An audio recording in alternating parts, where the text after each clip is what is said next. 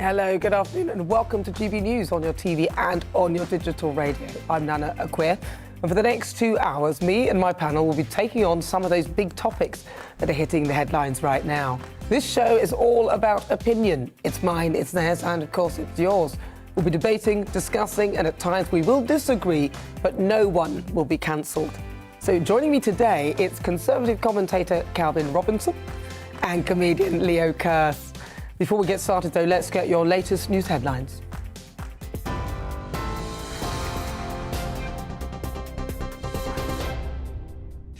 Good afternoon. It's just gone 4 o'clock. I'm Simon Pusey in the GB newsroom. Boris Johnson is facing mounting pressure from Conservative MPs to resign. It follows a series of allegations that parties, including regular wine Fridays, took place at number 10 Downing Street while COVID restrictions were in place. Former Tory Minister Tobias Ellwood says the Prime Minister must lead or step aside, but MPs have called for Sue Gray's investigation to be completed before making a judgment. However, backbencher Andrew Bridgen says Boris Johnson should no longer lead the country. It makes the Prime Minister's position untenable, and the constant drip out of further revelations are paralysing the Prime Minister's ability to function, and it's affecting the government's ability to function. And that makes his position untenable. We need to draw a line under it. And what we should do now, he should do the honourable thing. And for the good of the country, our Parliament and the Conservative Party, he should depart. Meanwhile, Sir Keir Starmer says it's in the national interest for the Conservative Party to get rid of Boris Johnson. During a speech at the Fabian Society conference, the Labour leader said the Prime Minister had lost the moral authority to lead. He also accused him of being dishonest when he claimed he had no idea that parties had taken place. Moral authority matters in relation to enforcing the COVID rules, but we've got other massive challenges facing this country, massive challenges. We've got a Prime Minister who is absent, he's literally in hiding at the moment, and unable to lead. And so that's why I've concluded that he's got to go. And of course there's a party advantage in him going, but actually it's now in the national interest that he goes. So it's very important now that the Tory party does what it needs to do and gets rid of him.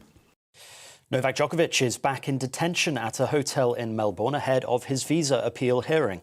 His legal team say they will argue the decision to deny him entry is irrational. That's after Australia's immigration minister warned the tennis star's views could stoke anti-vaccination sentiments. It's very clear that Novak Djokovic is one of the best players of the history, without a doubt. But there is no one player in history that's more important than an event. Australian Open is much more important than any player. So if he's playing, finally, okay. If he's not playing, Australian Open will be a great Australian Open with or without him. Islanders have been rushing to higher ground to escape the impact of an undersea volcano which has erupted near Tonga. The huge explosion caused large waves to crash against the shore, with data from the Pacific Tsunami Center showing waves of 2.5 feet detected. Tonga's Met Office has issued a tsunami warning for Hawaii and the US Pacific coast, with nearby Fiji and Samoa also issuing alerts.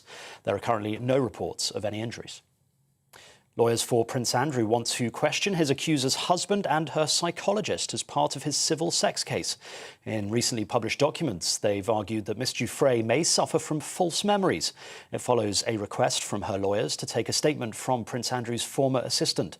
Virginia Giuffre has accused Prince Andrew of allegedly sexually assaulting her as a teenager. He denies the allegations. The Foreign Secretary has called for Moscow to halt its aggression amid fears of an invasion in Ukraine. In a tweet, Liz Truss says Russia is waging a disinformation campaign intended to destabilise Ukraine and therefore justify an invasion.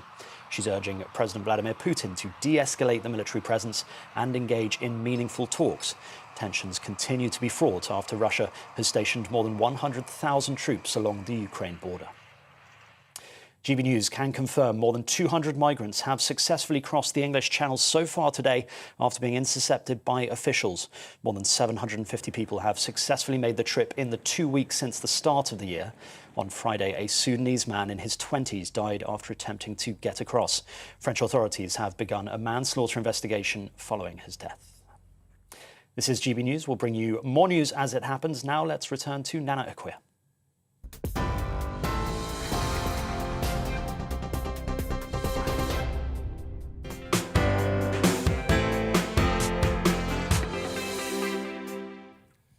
So good afternoon. It's just gone 5 minutes after 4 o'clock. I'm Nana Akua. This is GB News on TV and digital radio. So Operation Big Dog is underway. Save Boris, or more like save the Tory party.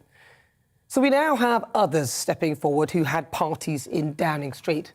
Many clearly behind Boris Johnson's back, and by the sounds of it, the latest ones appear to be scheduled specifically when he was away, and clearly by people who did what they could to disguise that they were actually happening.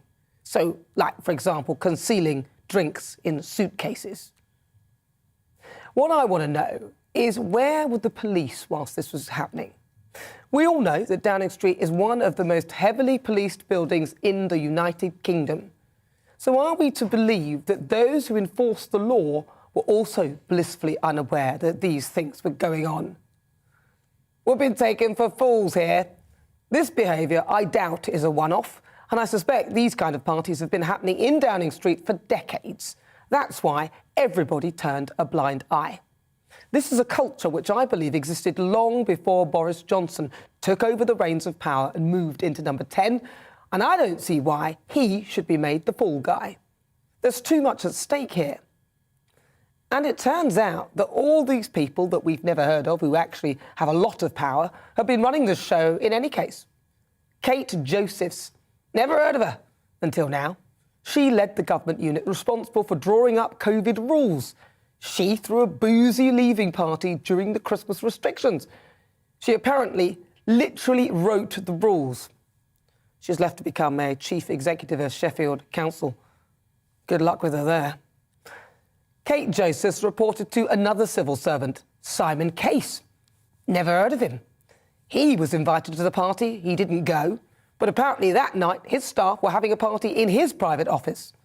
And some 24 hours before, number 10 staff, more civil servants again, hosted their own Christmas party.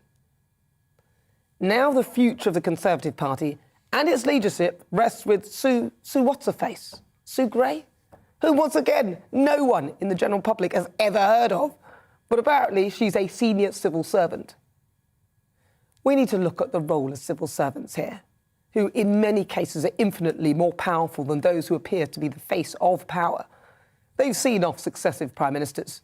And if we look more closely at this, instead of through a "it's all Boris's fault" lens, a clearer picture emerges.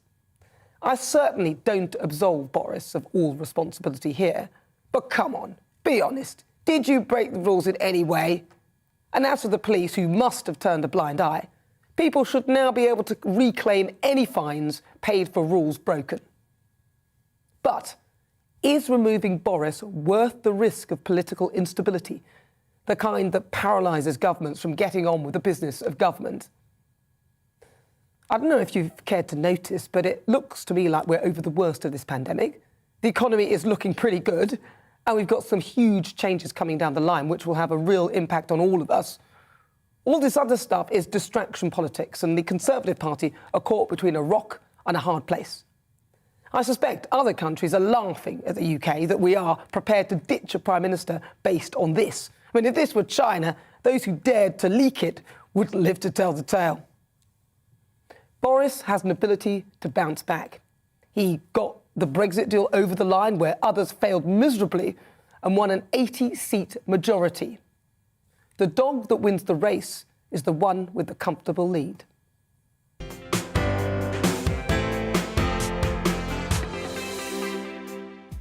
So before we get into the debate, here's what else is coming up today. After 5 o'clock in my difficult conversation, I'll be speaking to a man who's covered up his struggles with hair loss for years. But now fitness trainer and businessman Aaron Phillips has decided to embrace it and inspire others whilst doing so. The Great British Debate this hour, tennis star Novak Djokovic is facing deportation from Australia for a second time after his visa was once again cancelled. The 34-year-old isn't vaccinated. Meanwhile, here in the UK, the deadline for mandatory vaccination for NHS staff grows even closer. And one tearful worker has told GB News she feels she's being blackmailed into getting the jab or she'll lose her job. So I'm asking, do we feel empathy for people who refuse to be vaccinated? And we've got live music for you.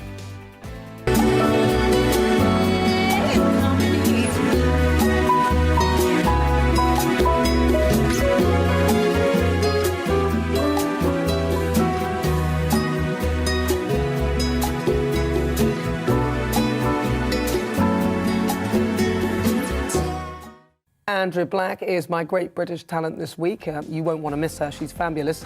Tell us what you think on everything we're discussing by emailing gbviews@gbnews.uk or tweet me at gbnews. Right, let's get started. Welcome again to my panel, comedian Leo Kirst and Conservative commentator Calvin Robinson. Smile a bit, Leo. Croft, you're well grumpy there. Say something funny. Yeah, well, you're the comedian. Go on, make us all laugh.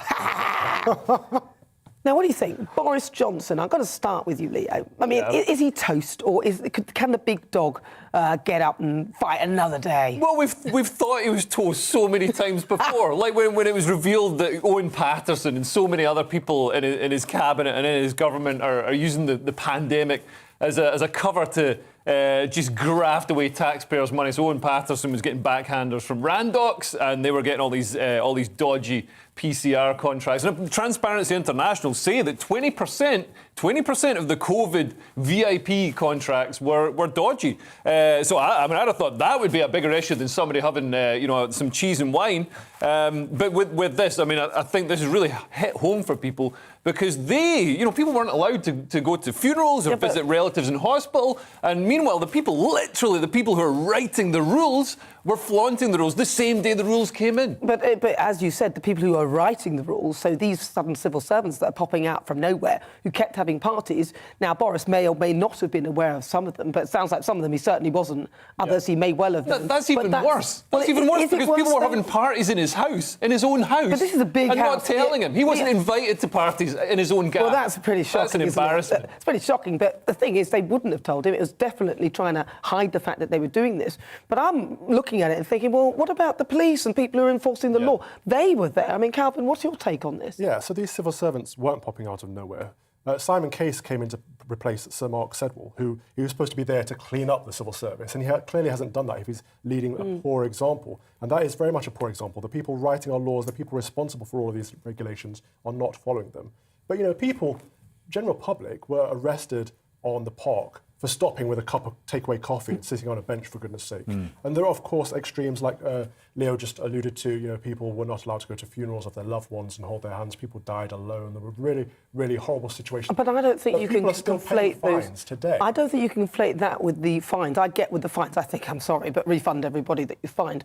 But I don't think you can conflate the, people couldn't go to see loved ones and things like that, because that was actually a public safety issue for those people themselves as well, wasn't it? That's the point. But in many issues it wasn't it? So, for example, going to hospitals and things like that. No, if the people making these laws believed so harshly that you had to follow these laws in order to be safe, then why did they not follow them? They clearly didn't think they were a safety issue. For me personally, I disagree with you on that, because I think that it's clear that this is an airborne virus. If you're around people with the virus, then you really have to be careful and mind your own safety. The previous variants were far more deadly, as so it would appear. So I don't conflate the two. I can respect... It's part of the same raft. So, people weren't allowed to have picnics, for example. And bear in mind, the police were stopping people and fining people for things like a woman was breastfeeding in the park. No. She was breastfeeding her baby in the park in Hove, and the police came along and stopped her because they said it was a picnic. Breastfeeding your baby, I mean, that's... have you ever had breast milk at a picnic? Like, there's Prosecco and hummus. There's not breast milk. Well, no, I agree. So that's it's part of the same raft of these measures, these restrictions that are put on the general public, and even the Queen as well. There's that really saddening image of the Queen sitting alone after Prince Philip's funeral, and while she was sitting alone, Downing Street were partying. Yeah, but again, these parties. And I know that Boris wasn't in attendance at this particular these last few parties where he was somewhere else, and they'd clearly done that and trying to do it sort of under the radar. So again, I don't see why this keeps coming back to Boris. With people need to take responsibility for their part in this, and it shouldn't all come down to Boris. He attended some of the parties, and they were his. I mean, he's supposed to be the man in charge. No, but the buck stops with listen, him. I'm not defending him as but I'm just saying that this is a bigger picture, and it's not just Boris Johnson who's to blame here. There's people going behind his back as well to get these things done, and there's people who are controlling this. So, for example, the police, who aren't doing the job of policing. Yeah. So it's bigger than that. And I can't imagine that it's only just happened because Boris is in charge. This kind of behaviour... Well, he presided over a culture. But I'm thinking this kind of behaviour has been endemic, has been going on for years, and we just haven't found out about it until now. Well, if the people governing us were able to manage their own risk and see that as an appropriate way to go through this virus. We should have all been allowed to manage our own risk factors. You said you personally wouldn't want to see a loved one in hospital because you wouldn't feel it was safe. That should be up to you. Whereas if one of my loved ones was in hospital, I damn well sure would have been by their bedside. That should have been up to me. Our personal risk management should be up to ourselves, not the government. They do not micromanage our lives. Well, that did become the case, but as we sort of understood the virus a lot better, we've had more treatments for it. But I would implore to understand. I totally understand why the government put those things in place. I'm disappointed that they didn't follow it themselves, and I agree that some of those things had to be in place. I think a lot of people weren't following it, and I think it revealed the sort of performative aspect of lockdown rules. So everybody was pretending on Twitter, on Facebook, they were following the rules. Secretly, they were having parties. I think everybody owes Lawrence Fox an apology because he openly said, "Yeah, I'm having friends around for dinner. You know, I'm going to hug them. I'm going to chat to them. We're going to break some bread together." That was a good dinner as well, wasn't it? And he was pilloried for it. And I think, the people who are pillaring him, you should now turn around and apologise. Well, I think a lot of people who are actually castigating Boris, some of them probably went on the Black Lives Matter protest. Protests weren't allowed at that point. Some of them would have travelled to the beaches, which were infiltrated. There was an influx of people there when that wasn't even allowed. You weren't supposed to travel a certain distance. Then there's people who weren't wearing masks and so on and so forth. And that's why I'm saying, let he who is without sin cast the first stone. And to be honest, we'll all be throwing stones at ourselves. Straight up in the air. Back at you. You know what I mean? We weren't making the rules. If we didn't see those rules as moral, we had a right to disobey them. The problem is the people writing the rules did not have the right to do that. They had to follow them, or they should have been setting a good example. And because they weren't, they should all go. Well, I would say that then my point is that we cannot simply just put this on Boris's head, because those people are individuals who have their own mindset, especially that woman who set up the rules herself and then actually literally wrote them and then thought that she would then leave, obviously have a boozy party, then join a council and then become the head of that. I just the whole thing is just ridiculous. Yeah, no, I absolutely agree. And it's, it's not just what happened, it's the way Boris dealt with it. So he was sending out junior ministers to take the flak while he hid inside. And he only appeared at the last moment to try and take some of the blame. Even then, he tried to sort of weasel out of it by saying it was a work event. I mean, this is a work event. We don't have cans of Carlsberg. Well, I sat down to watch PMQs because I knew it was going to be a good one. You know, when he had to sort of make some explanations to Keir Starmer and everybody else. I thought Keir was very weak, actually. Yeah. And I sat down with a glass of wine and some crackers and cheese. That was a work thing. It was part of my job. That was no party. But anyway, can he turn it round, though? Okay, seriously. And what if you're so against him, he needs to go. Well, careful what you wish for. What are we going to get out of this? So the problem I have is that when Boris and people like him were asked, what should you do if your neighbour's having a party or having friends around, he was like, report them to the police. And like you said, there were many police officers in number 10 Downing Street, as they always were, and they weren't acting in the law. Will he bounce back? I think he probably will. He's probably the only person in politics who could bounce back from something like this. You mentioned Brexit. He got Brexit over the line. Many people will thank him for that. He won lots of seats in the Red Wall. He has a strong majority. People won't forget that easily.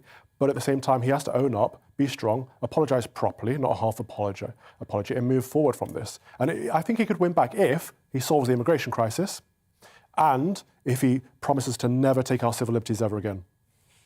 He needs to get tough on immigration for sure. I mean, we've had, over 500 migrants in the first few weeks. We'll be talking about that as well. Can he turn it round? I think this might be it for Boris. And I think Boris might want it to be it. I think apparently he's skint. He's got, 17 children. They all need to go to Eton. So that's a lot of money right there. I don't know how many mistresses he's got. And that's they all not cost fair. a You lot don't of money. know that. And he's not making the money from his Telegraph columns and his books because he's distracted with this minor issue of running the country. So I think he wants to get that out of the way so he can go on, dancing on ice or whatever he's going to do as a post-political career and start making some money again. What, like Tony Blair? Well, exactly. Like your friend Tony Blair? Greatest ever leader. Isn't it? Right, if you just tuned in, where have you been? Stay with us. This is GB News. I'm Nana Akua. Still to come, it's time for our Great British Debate. We're going to be talking about this. Unvaccinated tennis star, of course, Novak Djokovic is facing deportation from Australia for a second time after his visa was cancelled again. Meanwhile, an NHS worker has told GB News that she's refusing to be vaccinated even though her job is at risk. So I'm asking, do you feel empathy for people who refuse to be vaccinated? Send us an email, gbviews@gbnews.uk, and tell us what you think. You can also tweet at GB News, and there's a poll up asking that very question. So do you feel empathy for people who refuse to be vaccinated? Cast that vote now, but first, let's get another update on your weather. Well, looking ahead to this evening's weather, and the UK is looking dry for most, but early clear skies means some fog will return.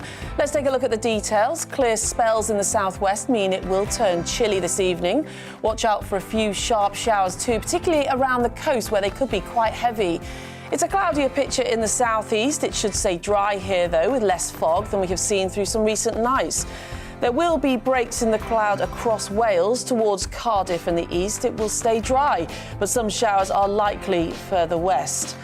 A cloudier evening than recently, though, for the Midlands. Whilst the odd spot of rain cannot be ruled out, for most it will stay dry. Temperatures should not drop much further through the night.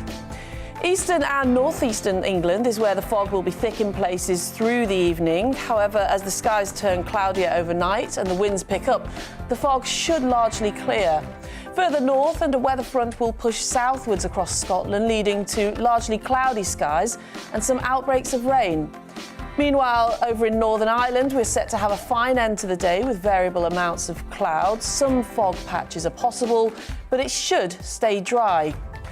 Overnight, the front will continue southwards across Scotland into northern England and Northern Ireland, with some sharp showers possible elsewhere. And that's how the weather is shaping up overnight and into tomorrow morning.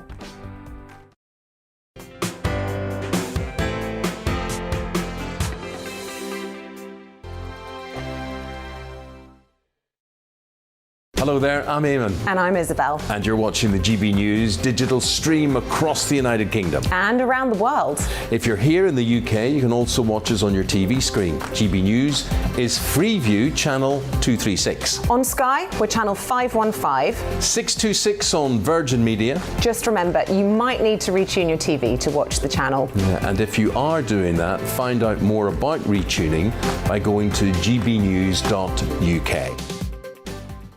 Join my show Farage, 7 p.m. till 8 p.m. Monday through Thursday, and there you will get opinion, analysis, debate, and I'll cover stories that nobody else dares to touch. And then for the last 15 minutes, talking pints. We're over a drink. We have a civilised conversation with someone. We very often disagree, but we do it in a grown-up way. Come and join me on Farage.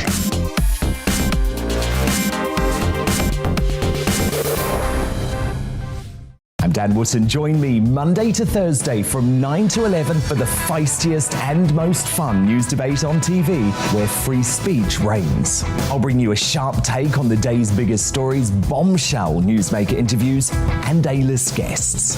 And I guarantee you, no spin, no bias, no censorship, and no reason to go to bed. That's Dan Wootton tonight, Monday to Thursdays from 9 on GB News. Hello there, I'm Eamon Holmes. And I'm Isabel Webster. And we hope you can join us for Breakfast with Eamon. And Isabel. You make me laugh out loud, belly laugh. Is that important first thing in the morning? Yeah, absolutely. And there's me trying to be deadly serious.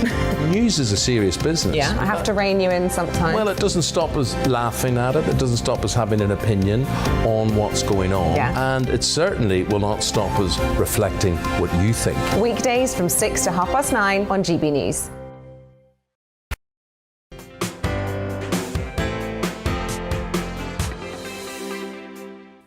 This is GB News, coming up to 25 minutes after 4 o'clock. I'm Nana Akua. Welcome on board. If you've just tuned in, it's time for our Great British Debate. And this hour, I'm asking, do you feel empathy for people who refuse to be vaccinated?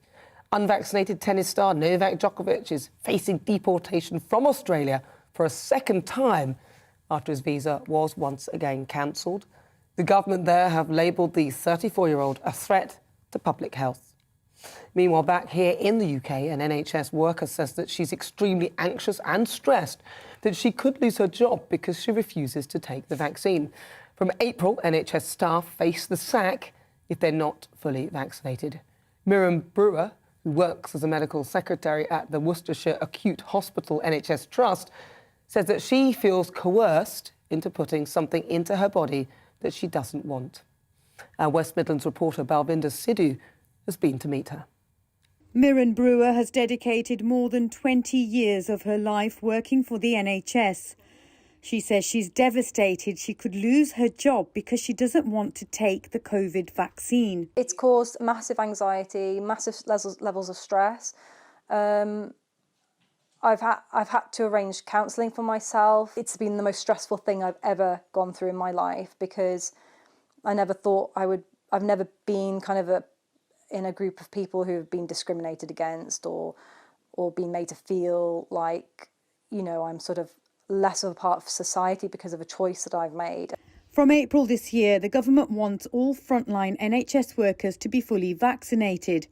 Mirren works as a medical secretary at Worcestershire Acute Hospitals NHS Trust. She says she doesn't believe she's a risk because she's already had coronavirus. My family, we all had COVID a couple of months ago. We therefore would have natural immunity. And I'm not saying that it hasn't protected vulnerable people and things like that. I do think that it has made a difference. But for someone like myself, I don't feel that it would be of benefit to me. And so therefore, I don't feel that it's selfish for me to have some thought to my own health. She's not alone. According to figures, the NHS could lose 78,000 workers through the vaccine mandate. In a statement, the Deputy Chief Executive of the Worcestershire Acute NHS Hospitals Trust has said that they're encouraging all of their employees to get fully vaccinated. However, they are still waiting for detailed national guidance from the government, and there is a possibility that those unvaccinated staff could be redeployed elsewhere within the trust. But while they're still waiting for that guidance, their priority remains the safety of all patients and staff. I feel very coerced into having to try and make this decision because our livelihoods depend on it. My husband also works for the same trust, so for us to both lose our jobs will be absolutely catastrophic for us financially. Mirren says she hopes joining a union will help, but says the uncertainty continues to cause her great anxiety. Balvinder Sidhu for GB News. Well, in response, the Department of Health and Social Care spokesperson said, NHS and care staff do amazing work and we're thankful to those who have chosen to get the vaccine. They are responsible for looking after some of the most vulnerable people, at-risk people. This is about patient safety and making sure people in hospital are protected as much as possible, and vaccinations are our best defence against COVID-19. We'll find out the psychological impact of both the person getting the vaccine and those of us with loved ones who may not want unvaccinated people caring for them. I'm joined by psychologist Emma Kenny. Emma, thank you for joining me. Firstly, why do you think that people who are in jobs where it's mandatory to get vaccinated are finding it so difficult to do this? Because, first of all, they don't feel ready. And it's like any medical procedure. If you don't feel ready, you have a right to therefore explore that personally, be informed. And if you come to the conclusion it's not for you, it's not for you. So making something mandatory isn't going to shift a mindset where somebody feels that they aren't in a position where they're ready to actually undergo some kind of procedure. And for these people, particularly younger, those individuals who work in this area, who kind of have got the data and have explored it all and still come to that conclusion, the point of force becomes a position where somebody will obviously want to deny that course of action because it's against their ethics and morals, and it makes them feel unsafe in their position.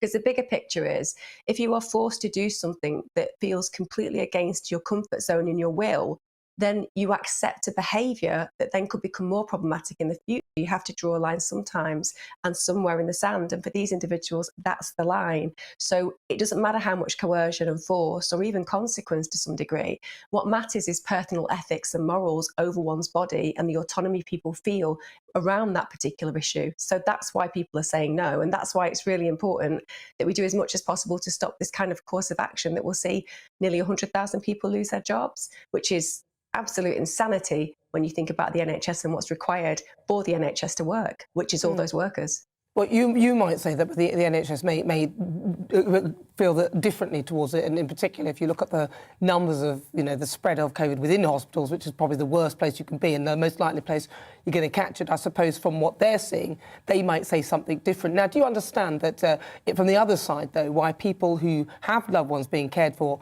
by unvaccinated people are so worried about a situation where maybe unvaccinated people will be looking after their loved ones? I think that one of the big problems is we've got to find a little bit of reason.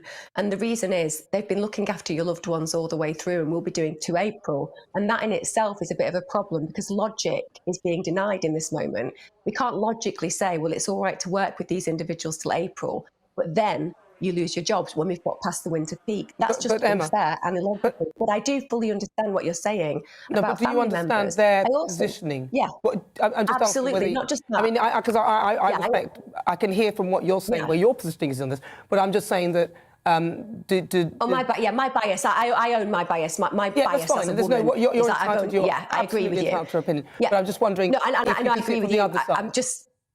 Yeah, absolutely. And I appreciate it's really important that we do own our bias. And obviously, I've only had my body in control as a woman since pretty much I was born. The reality is women were completely beholden to the way that we were treated prior to that in the past because we didn't have access to things like birth control. So I take it very seriously what we do to our bodies.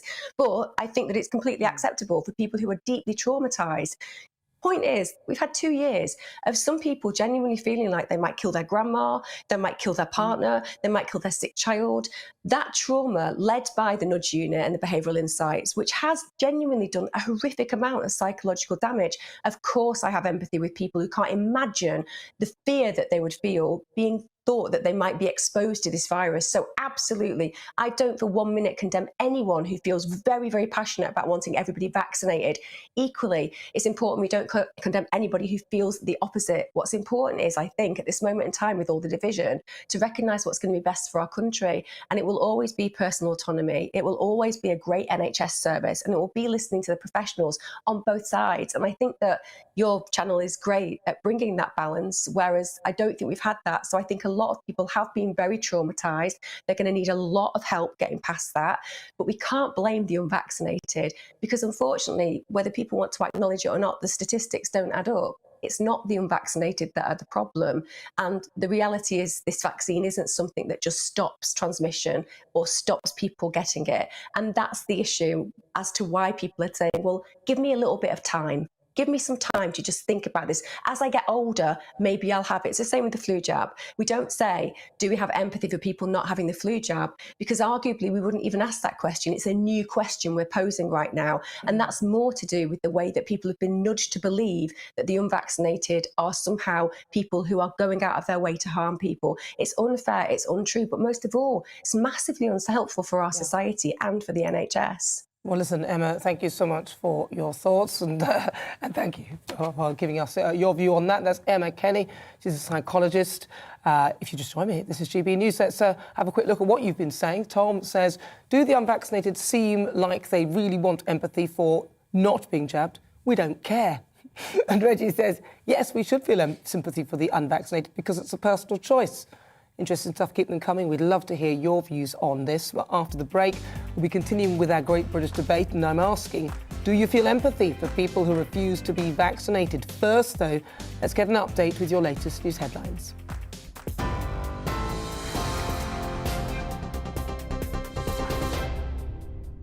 Hello, it's 26 minutes to 5. I'm Simon Pusey in the GB newsroom. Boris Johnson is facing mounting pressure from Conservative MPs to resign. It follows a series of allegations that parties, including regular wine Fridays, took place at number 10 Downing Street whilst COVID restrictions were in place. Former Tory Minister Tobias Ellwood says the Prime Minister must lead or step aside, but MPs have called for Sue Gray's investigation to be completed before making a judgment. Meanwhile, Sir Keir Starmer says it's in the national interest for the Conservative Party to get rid of Boris Johnson.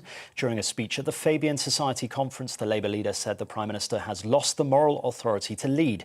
He also accused him of being dishonest when he claimed he had no idea that parties had taken place. Novak Djokovic is back in a detention at a hotel in Melbourne ahead of his visa appeal hearing. His legal team say they will argue the decision to deny him entry is irrational. That's after Australia's immigration minister warned the tennis star's views could stoke anti-vaccination sentiments. The Foreign Secretary has called for Moscow to halt its aggression amid fears of an invasion on Ukraine. In a tweet, Liz Truss says Russia is waging a disinformation campaign intended to destabilise Ukraine and therefore justify an invasion. She's urging President Vladimir Putin to de-escalate the military presence and engage in meaningful talks. Tensions continue to be fraught after Russia has stationed more than 100,000 troops along the Ukraine border. TV, online and DAB Plus radio. This is GB News. Now it's back to Nana Akua.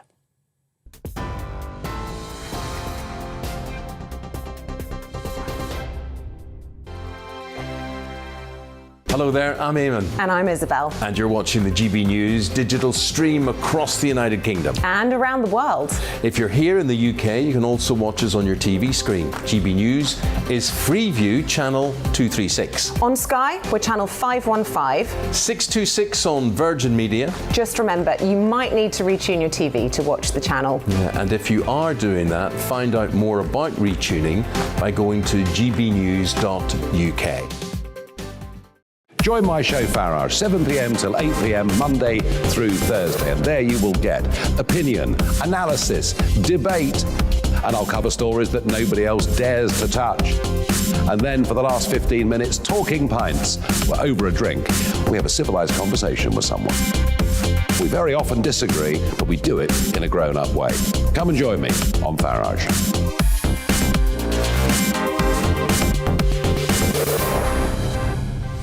I'm Dan Wootton. Join me Monday to Thursday from 9 to 11 for the feistiest and most fun news debate on TV, where free speech reigns. I'll bring you a sharp take on the day's biggest stories, bombshell newsmaker interviews, and A-list guests. And I guarantee you, no spin, no bias, no censorship, and no reason to go to bed. That's Dan Wootton tonight, Monday to Thursdays from 9 on GB News. Hello there, I'm Eamon Holmes. And I'm Isabel Webster. And we hope you can join us for Breakfast with Eamon. And Isabel. You make me laugh out loud, belly laugh. Is that important first thing in the morning? Yeah, absolutely. And there's me trying to be deadly serious.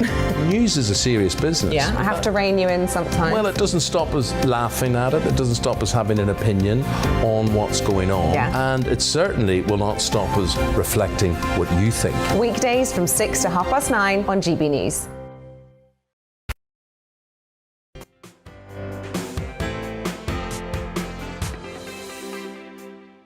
Good afternoon. It's fast approaching 38 minutes after 4. I'm Nana Akua. This is GB News on TV and on digital radio.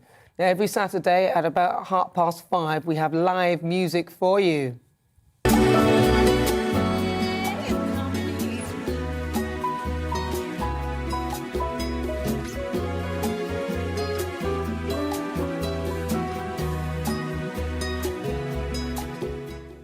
I quite like that, sort of sinking into the keys like that. Andrea Black, she's my Great British Talent this week. She'll be performing her single, Tell Me. You won't want to miss her. So back to my Great British Debate this hour. I'm asking, do you feel empathy for people who refuse to be vaccinated?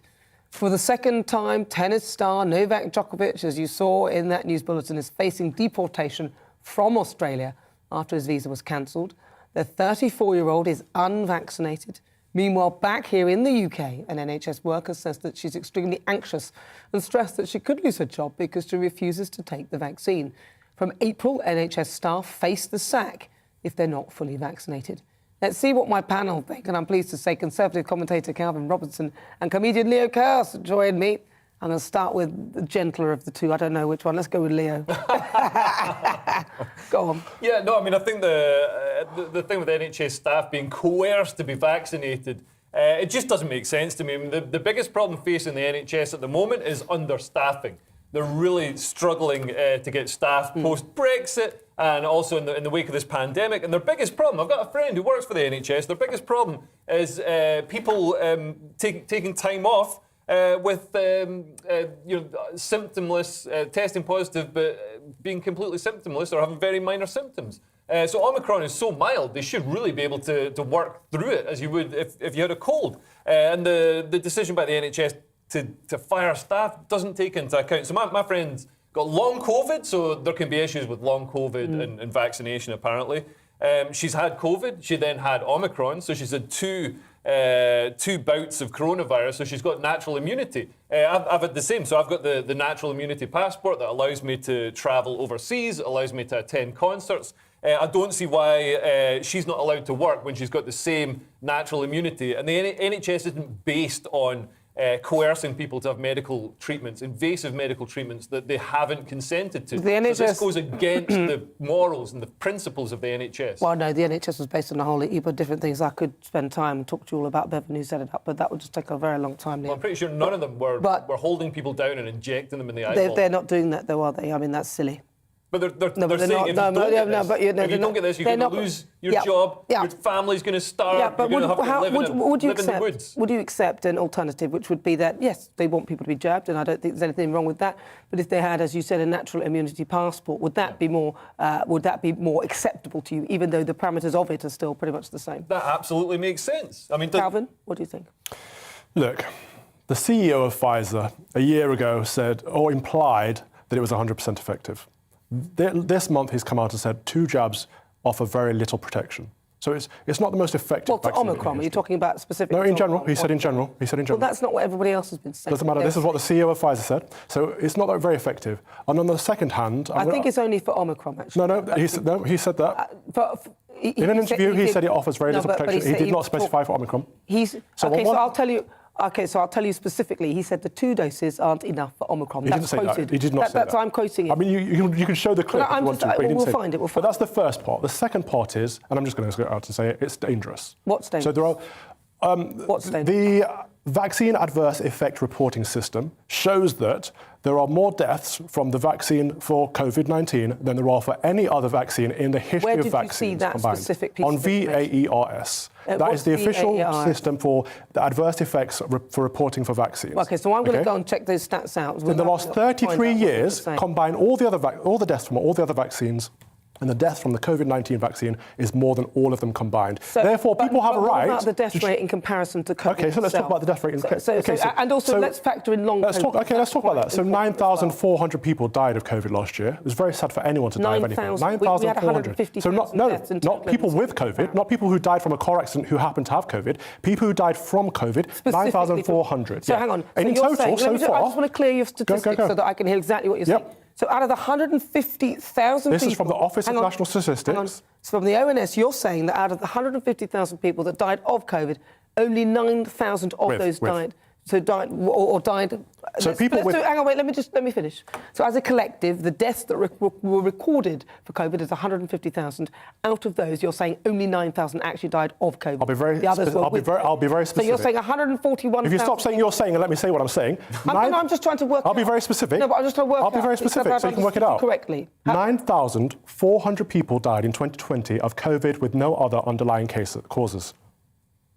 So specifically, it's COVID. Just of COVID. So let me just return the numbers back round. No, so let me just turn the numbers around. So you're saying that 141,000 people died with COVID and not of it? No, don't imply what I'm saying. I'm not implying. I'm just trying to work out what you're saying because otherwise, to me, it's quite confusing. Because it's quite clear. 9,400. OK, so in total so far, 17,000 people have died with COVID or of COVID with no other underlying causes. OK, so people who are dying from just COVID are very, very small in comparison to, let's say, for example, 71,000 people died last year of other respiratory illnesses, OK? So, yes, people are dying from COVID, but not very many. So, therefore... listen, so just before you patronise me, because I'm just repeating... I'm not trying to patronise you. I'm just... Let me just repeat your statistics as I understand what you're saying.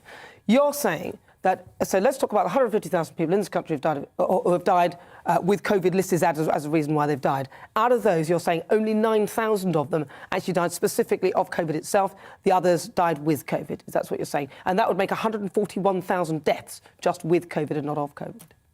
Yes, without any other underlying causes. So comorbidities. So I'm just checking to see what that is saying. Or some other, you could have. But a lot of people have. I mean, I've got mild eczema. So would that count as a comorbidity? So where do you draw the line with the numbers that they're drawing? Because it's interesting. So if I was morbidly obese, and I may be dying in a couple of years because I'm morbidly obese, I get COVID, and then I die. Have I died of COVID or morbid obesity? You're recorded as a COVID. No, but in your eyes, what have I died of? It's not about my eyes. I'm wondering what I've died of then. So you would have had another underlying cause, but most probably. So that's not of COVID as far as these... With With COVID. So hang on. So with that statistic you've quoted, if someone's morbidly obese, they get COVID and then they die because obviously they're morbidly obese, but then they've also caught COVID. The COVID, I would say, would be the thing that's killed them. It depends if they had another. Would you record that as morbid It depends obese if they had another underlying cause or not. This is not my definition. This is just from the ONS. So if you want to go further into what they classify as an underlying cause, you'd have to look. No, it's not because. But also you've got to understand that we've had coronavirus for 2 years, and people have known for 2 years that obesity is a risk factor. And there's still fat people out there. Therefore, if you don't, you're still walking around obese without getting down the gym, without limiting their calories, has made a decision, and they're responsible for their own health. I'm responsible for my own health.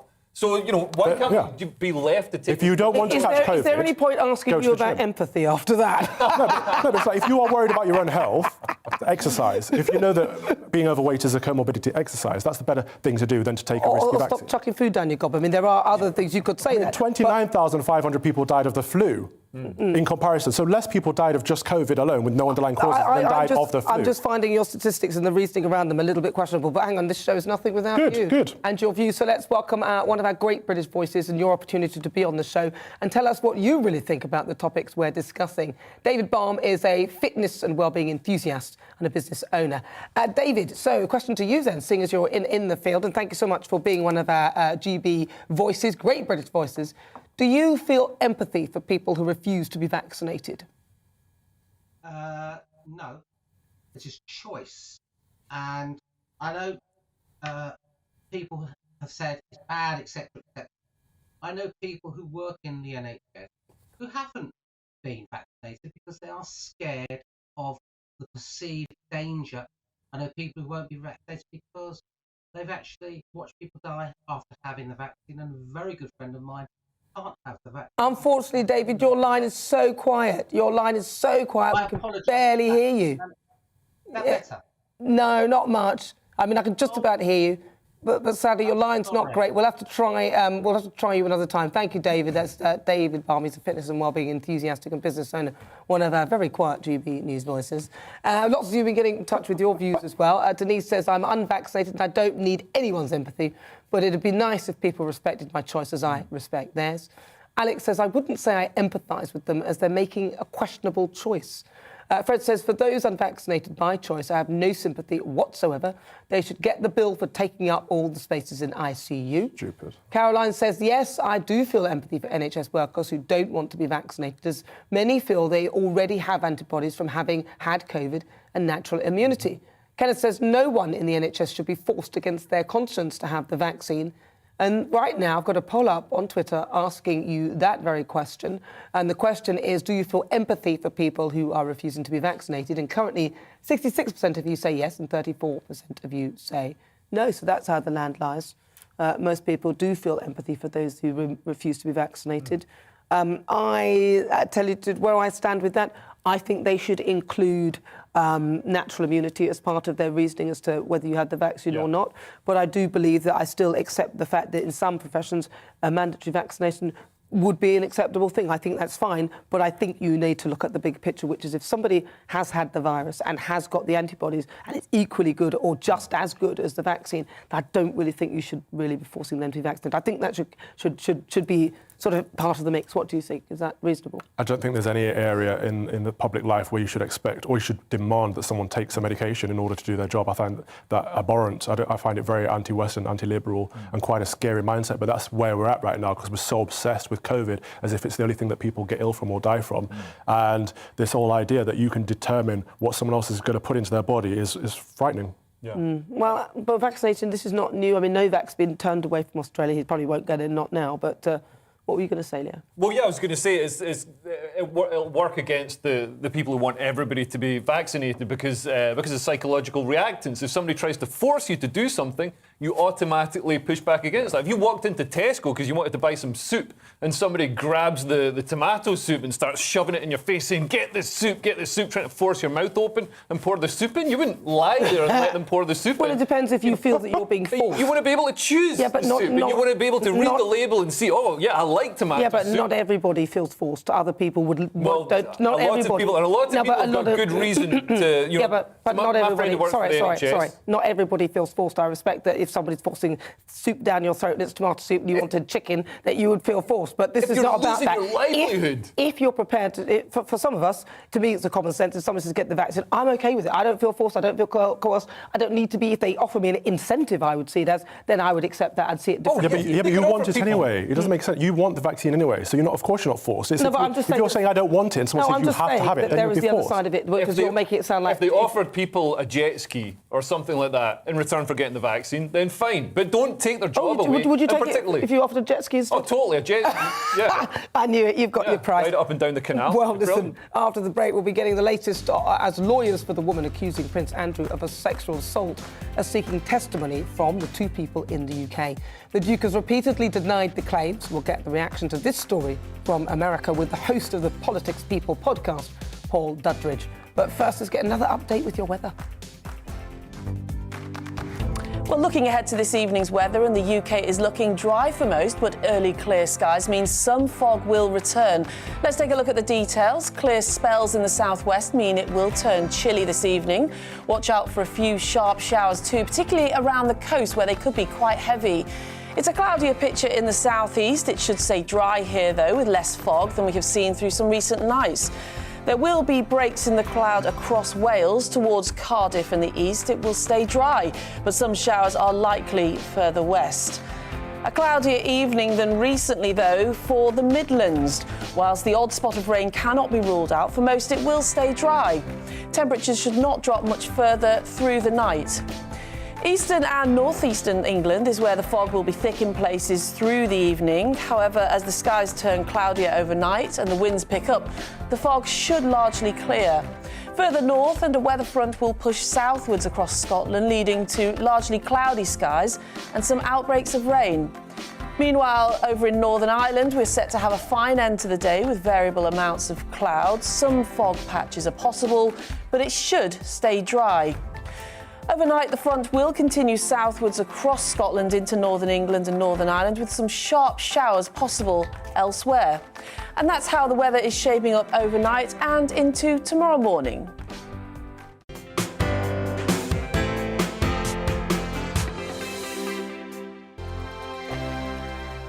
Hello there, I'm Eamon. And I'm Isabel. And you're watching the GB News digital stream across the United Kingdom. And around the world. If you're here in the UK, you can also watch us on your TV screen. GB News is Freeview channel 236. On Sky, we're channel 515. 626 on Virgin Media. Just remember, you might need to retune your TV to watch the channel. Yeah, and if you are doing that, find out more about retuning by going to gbnews.uk.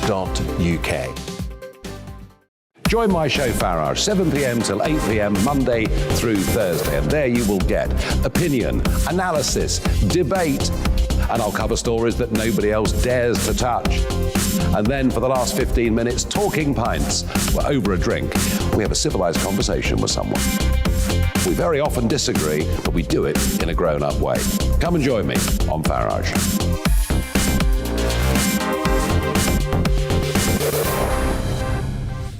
I'm Dan Wootton. Join me Monday to Thursday from 9 to 11 for the feistiest and most fun news debate on TV, where free speech reigns. I'll bring you a sharp take on the day's biggest stories, bombshell newsmaker interviews, and A-list guests.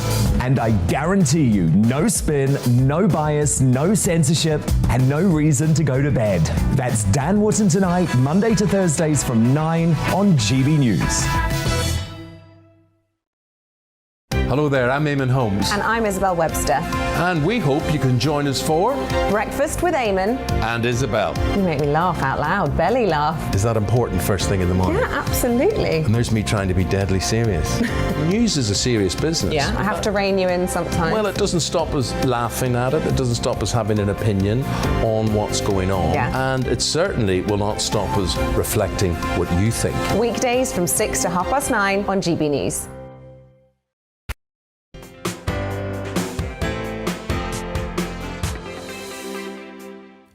If you just joined me, welcome on board. Now, there's always something going on in the royal household, and this week, no different from any other.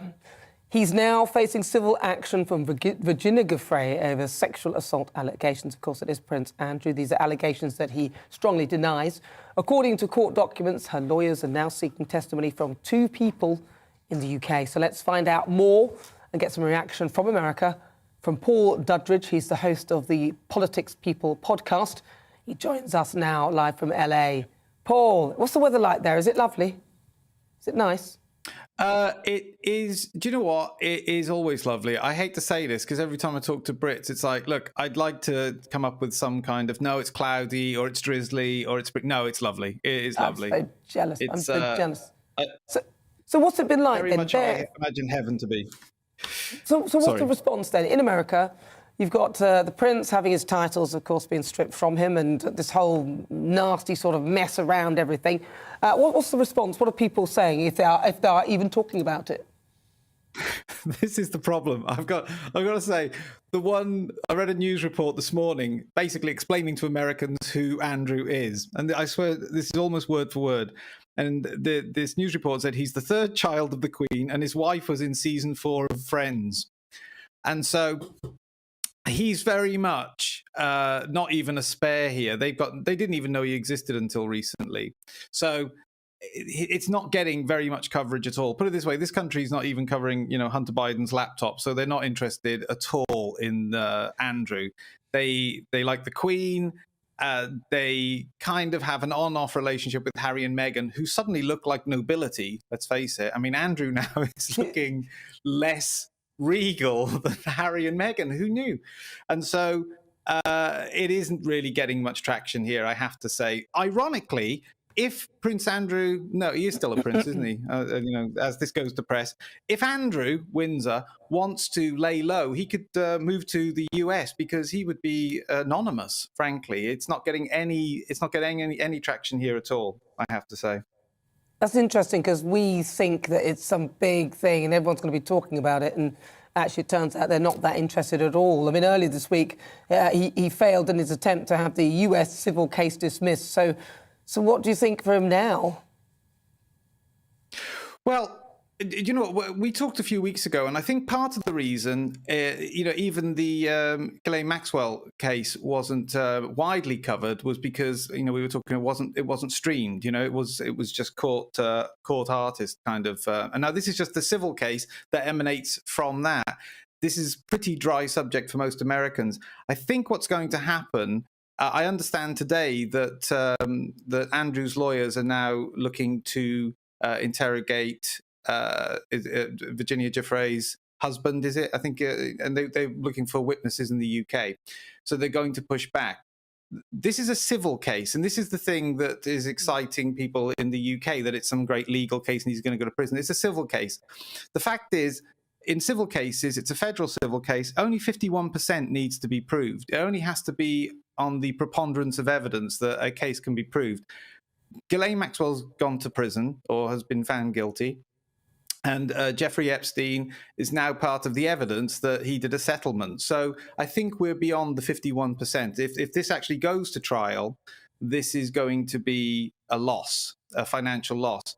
I think the strategy that I'm understanding that's coming out of the Andrew camp via my impeccable sources is that to push back on this with these witnesses, but the desire is to offer a settlement, because in these civil matters, if a settlement is not accepted by Ms. Giuffre's team, from that point on, if she receives less of an award by the court than was offered by Prince Andrew, if she receives less or is offered less by the court, she then becomes liable for any subsequent legal costs. So I believe it's a two-point strategy they're adopting, which is to show that they're pushing back, but at the last minute, with a month to go before an actual hearing, an offer will be made, and then they have 2 weeks to accept that offer or to decline it. The media is saying that Ms. Giuffre is more likely to turn down the offer because she wants a day in court. If we're talking in terms of maybe a $10 million settlement offer, it would be a very risky strategy to take that to court, because I'm not sure that the court, with the kind of evidence that's trying to be drummed up by Andrew's legal team, is going to award anywhere near a $10 million settlement. So This is the balance it hangs in. Interesting stuff. Paul, listen, thank you so much for joining us. And of course, Prince Andrew denies all of those allegations. Thank you so much, Paul. Paul Dudridge, he's the host of the Politics People podcast. You're watching me, Nana Akua, on GB News. More to come in the next hour.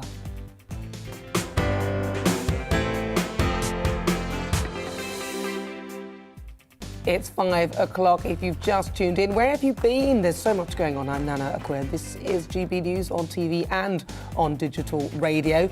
For this next hour, me and my panel will be taking on some of the big topics that are hitting the headlines right now. This show is all about opinion. It's mine, it's theirs, and it's yours. We'll be debating, discussing, and at times we will disagree, but no one will be cancelled. So joining me today, it's Conservative commentator Calvin Robinson and comedian Leo Kearse.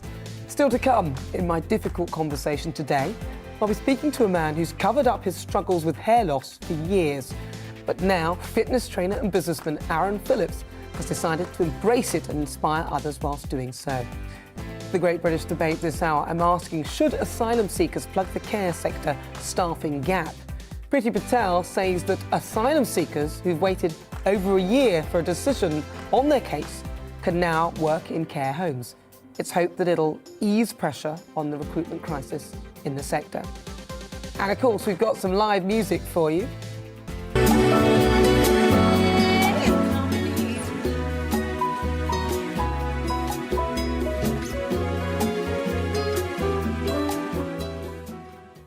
Andrea Black is my great British talent this week. You won't want to miss her. She's fabulous. And of course, as ever, we want to hear from you. So email gbviews@gbnews.uk or tweet us at gbnews. But first, let's get your latest headlines.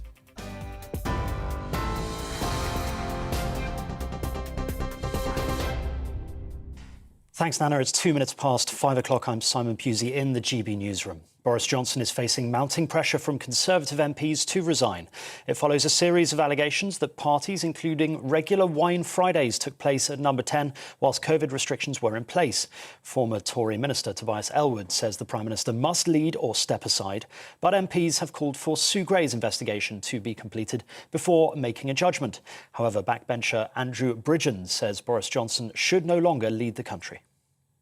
It makes the Prime Minister's position untenable, and the constant drip out of further revelations are paralysing the Prime Minister's ability to function, and it's affecting the government's ability to function, and that makes his position untenable. We need to draw a line under it, and what we should do now, he should do the honourable thing, and for the good of the country, our Parliament and the Conservative Party, he should depart.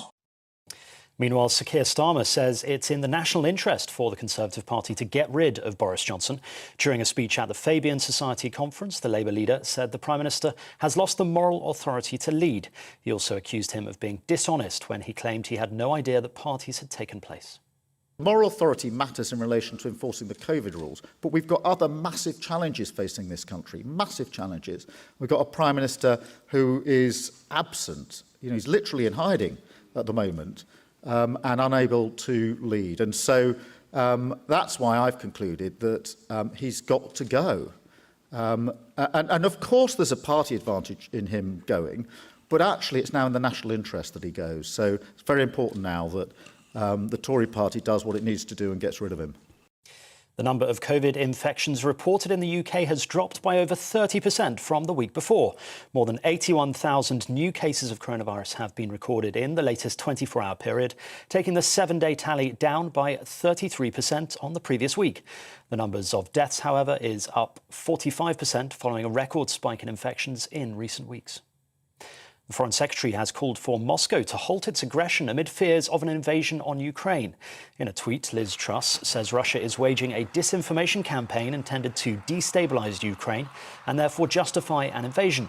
She's urging President Vladimir Putin to de-escalate the military presence and engage in meaningful talks. Tensions continue to be fraught after Russia has stationed more than 100,000 troops along the Ukraine border. Meanwhile, the chair of the Defence Committee is warning Russia will likely play with the gas price if Western power impose sanctions on his country in the wake of the Ukraine tensions. In an exclusive interview with GBNews, Tobias Ellwood said further sanctions would likely cause the Russian president to restrict the amount of gas his country exports, causing price rises in Britain. In the UK, the energy price cap is due to be reviewed and could already increase by as much as 50%. Prices in Europe have risen significantly in recent months due to limited supply. Europe depends on Russia for around a third of its gas supplies. Novak Djokovic is back in detention at a hotel in Melbourne ahead of his visa appeal hearing. His legal team say they will argue the decision to deny him entry is irrational. That's after Australia's immigration minister warned the tennis star's views could stoke anti-vaccination sentiments. It's very clear that Novak Djokovic is one of the best players of the history, without a doubt. But there is no one player in history that's more important than an event. Australian Open is much more important than any player. So if he's playing, finally, okay. If he's not playing, Australian Open will be a great Australian Open, with or without him. Lawyers for Prince Andrew want to question his accuser's husband and her psychologist as part of his civil sex case.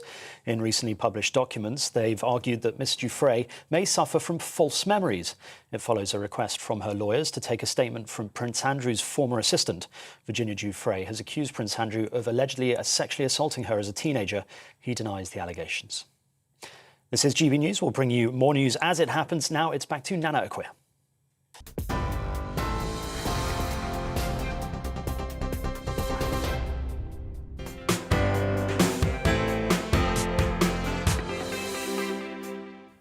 Good afternoon. This is GB News. Welcome on board if you've just joined me. It's time now, though, for my difficult conversation.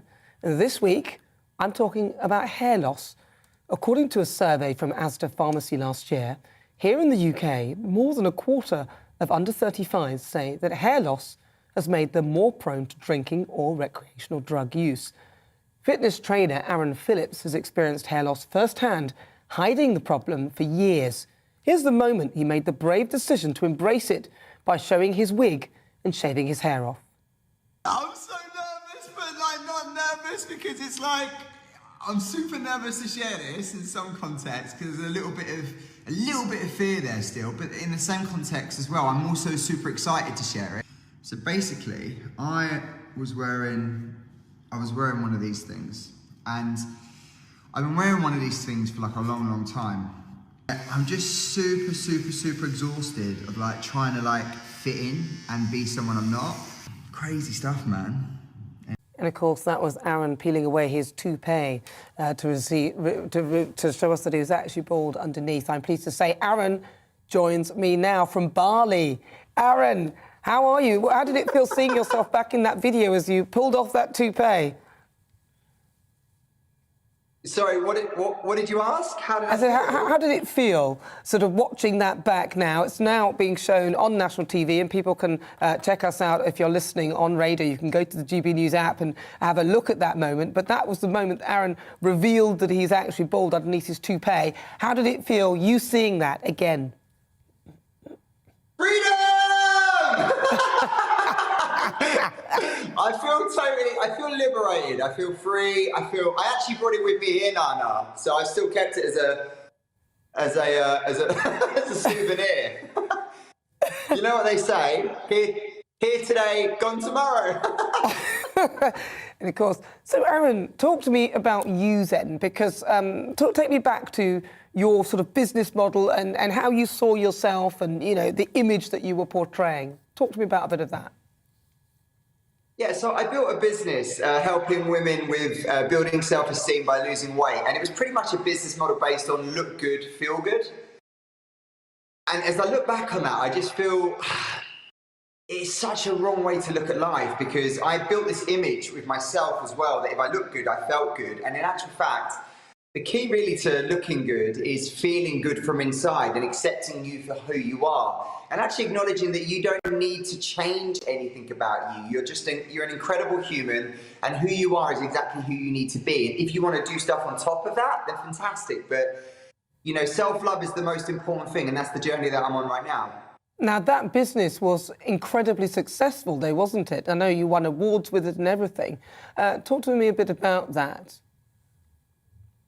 Yeah, so I mean, it came from my own insecurities, really. Like, I started training in the gym when I was young because I felt very vulnerable, very insecure. I wanted to build strength into my life.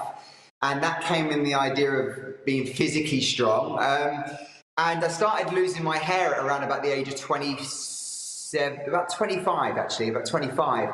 And it super affected my confidence levels because I built this image, this business based around look good, feel good.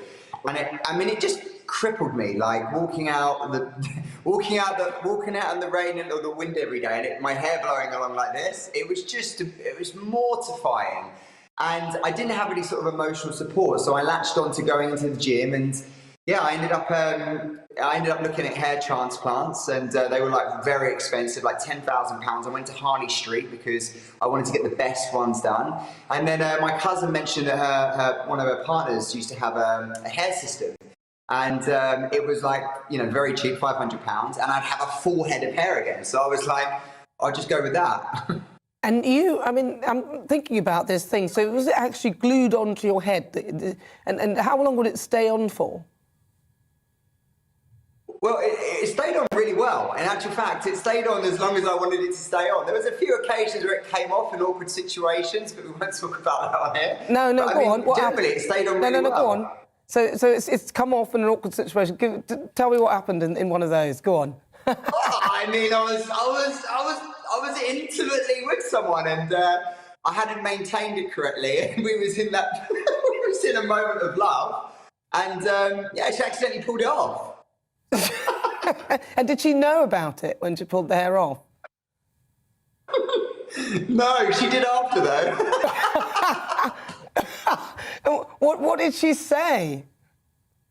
Well, she was mortified, and so was I. And it was like, it was horrific. But what can I say? I mean, it was like, it's funny now, but at the time it's not. You look back in hindsight and you have to laugh at these things. But the things that we do as humans, I mean, not just with their hair. I mean, I've seen women getting liposuction. I've seen people get hair, breast jobs, the whole thing. I think the moment you go outside of yourself for love and appreciation to fit into a society, you automatically then start devaluing your own self-love. And that's kind of the real message here. The reason I took this off on Facebook and Instagram was because, number one, I didn't want everyone on every single occasion to go, oh, Aaron, where's your hair gone? But secondly, I wanted to share a message that, you need to be brave. Like, courage, being courageous is the strongest value that you have. And being vulnerable actually is courageous. And I was trying to be courageous to show people that in actual fact, if you're courageous, people will love you for that. And you can love yourself more importantly for that. And the support I've had from like you, Nana, I mean, everyone's been incredibly, I've not had one negative message. Everyone's been like, Aaron, you're an inspiration. We love you. You're so courageous.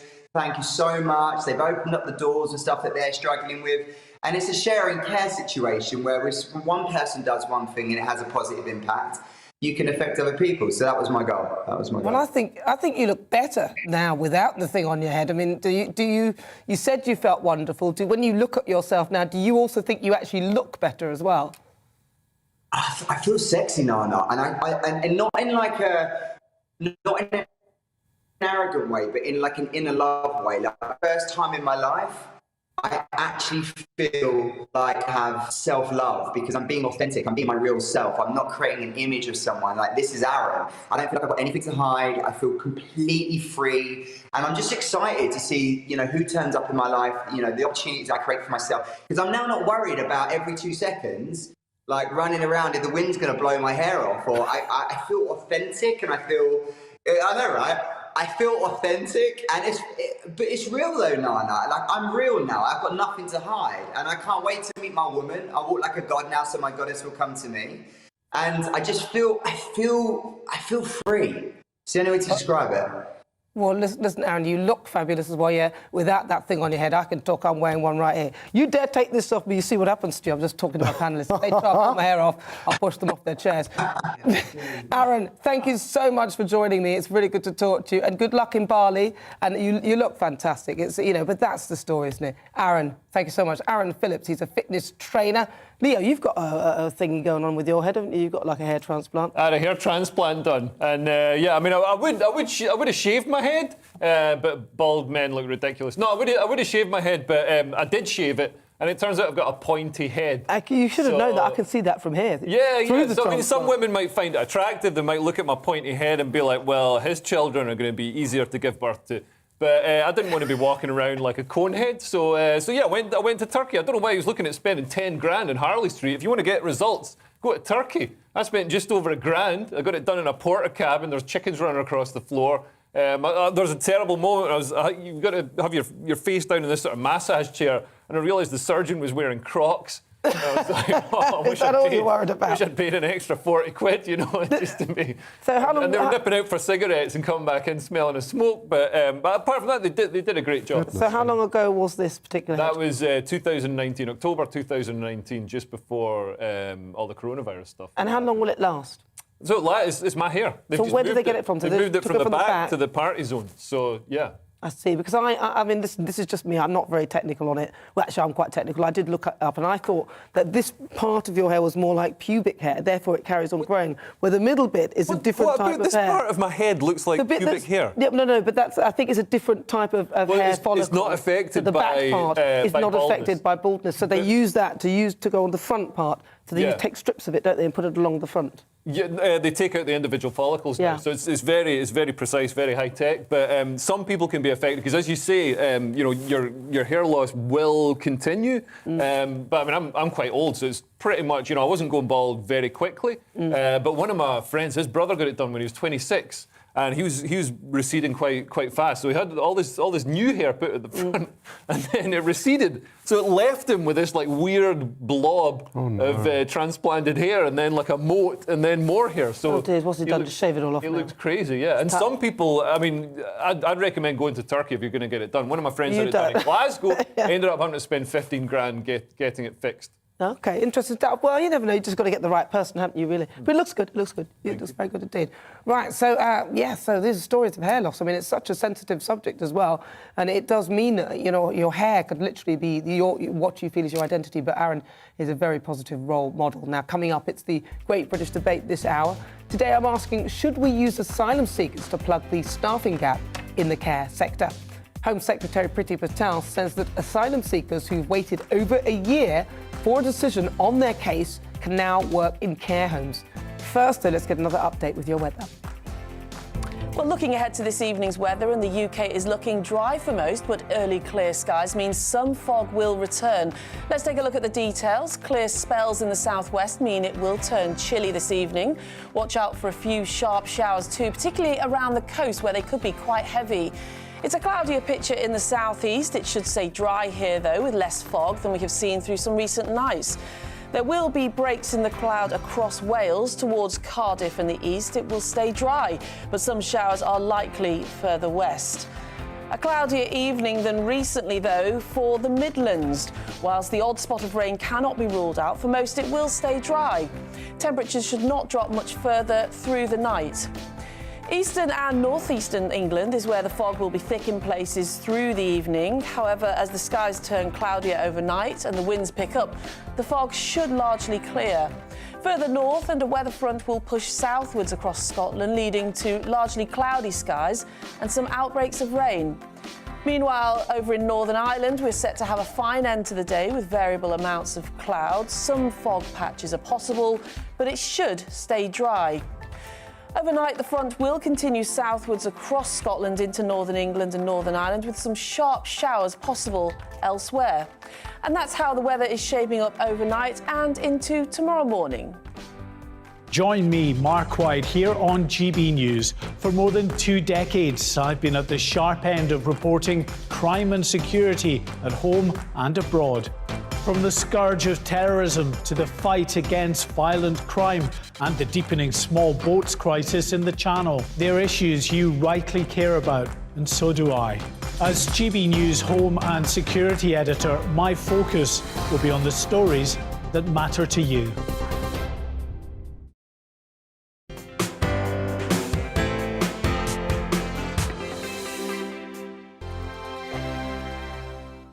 Hello there, I'm Eamon. And I'm Isabel. And you're watching the GB News digital stream across the United Kingdom. And around the world. If you're here in the UK, you can also watch us on your TV screen. GB News is Freeview channel 236. On Sky, we're channel 515. 626 on Virgin Media. Just remember, you might need to retune your TV to watch the channel. Yeah, and if you are doing that, find out more about retuning by going to gbnews.uk.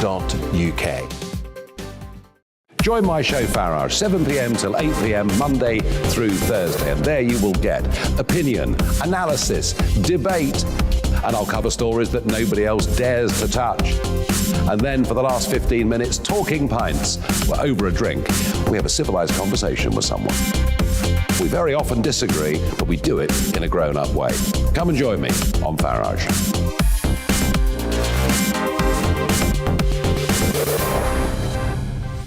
I'm Dan Wootton. Join me Monday to Thursday from 9 to 11 for the feistiest and most fun news debate on TV, where free speech reigns. I'll bring you a sharp take on the day's biggest stories, bombshell newsmaker interviews, and A-list guests.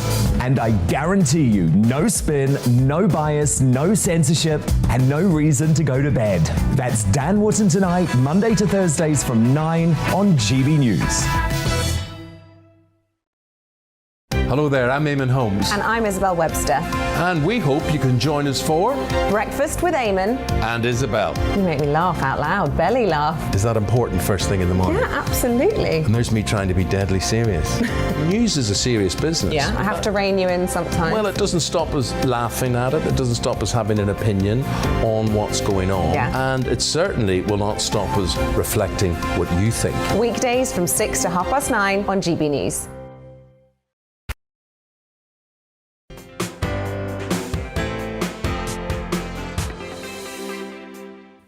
This is GB News. I'm Nana Akua. Now it's time for our Great British Debate.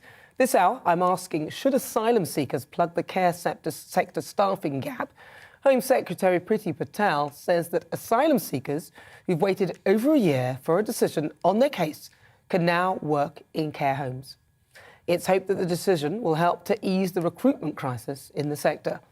Up to 32,000 asylum seekers are eligible for jobs as care workers after they were added to the government shortage occupation list.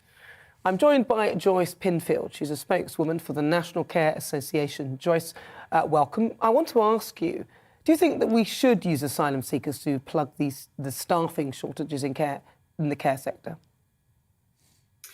We are suffering and have done very, historically for a very long time about massive workforce shortages. We desperately need more people into the workforce. The main problem, of course, is the funding. The local authorities aren't able to pay the correct wage so that we can introduce people from our own sector. This has been one of the major problems behind being able to do recruitment. So the carers were put on the shortage occupation list, but unfortunately there is a minimum wage on there of £20,480, which indeed, even some, we do struggle to pay that with the fees that are paid by local authorities. So to be able to widen the pool of where we can actually bring social care workers in from is, of course, of a great benefit to everyone who needs care. At present, there are so many unmet care needs and people indeed who are receiving care but are having their care reduced. It's an absolutely awful situation out there at the moment that so many people have so many unmet care needs, and a lot of it is really down to finance and workforce shortages. However, we do need to be able to bring into the sector social care workers working in the industry, in care homes and in the community, in domiciliary care, who are have the right feelings, who have the right nature and the ability to give care to the people that they are looking after, because we are looking after the most vulnerable people in society. And yes, we do need quite a lot of training. And so if these people who I believe have had to be on the list for over 12 months are brought into the sector, it should be a great help, because we are really looking for people to come and help us in the sector to provide the care, but they will need training and be able and suitable to be able to do that care for the people that we are looking after. Because that would be a worry, wouldn't it? Just to be giving people jobs because they are refugees or asylum seekers, and instead of paying for them, their work could pay.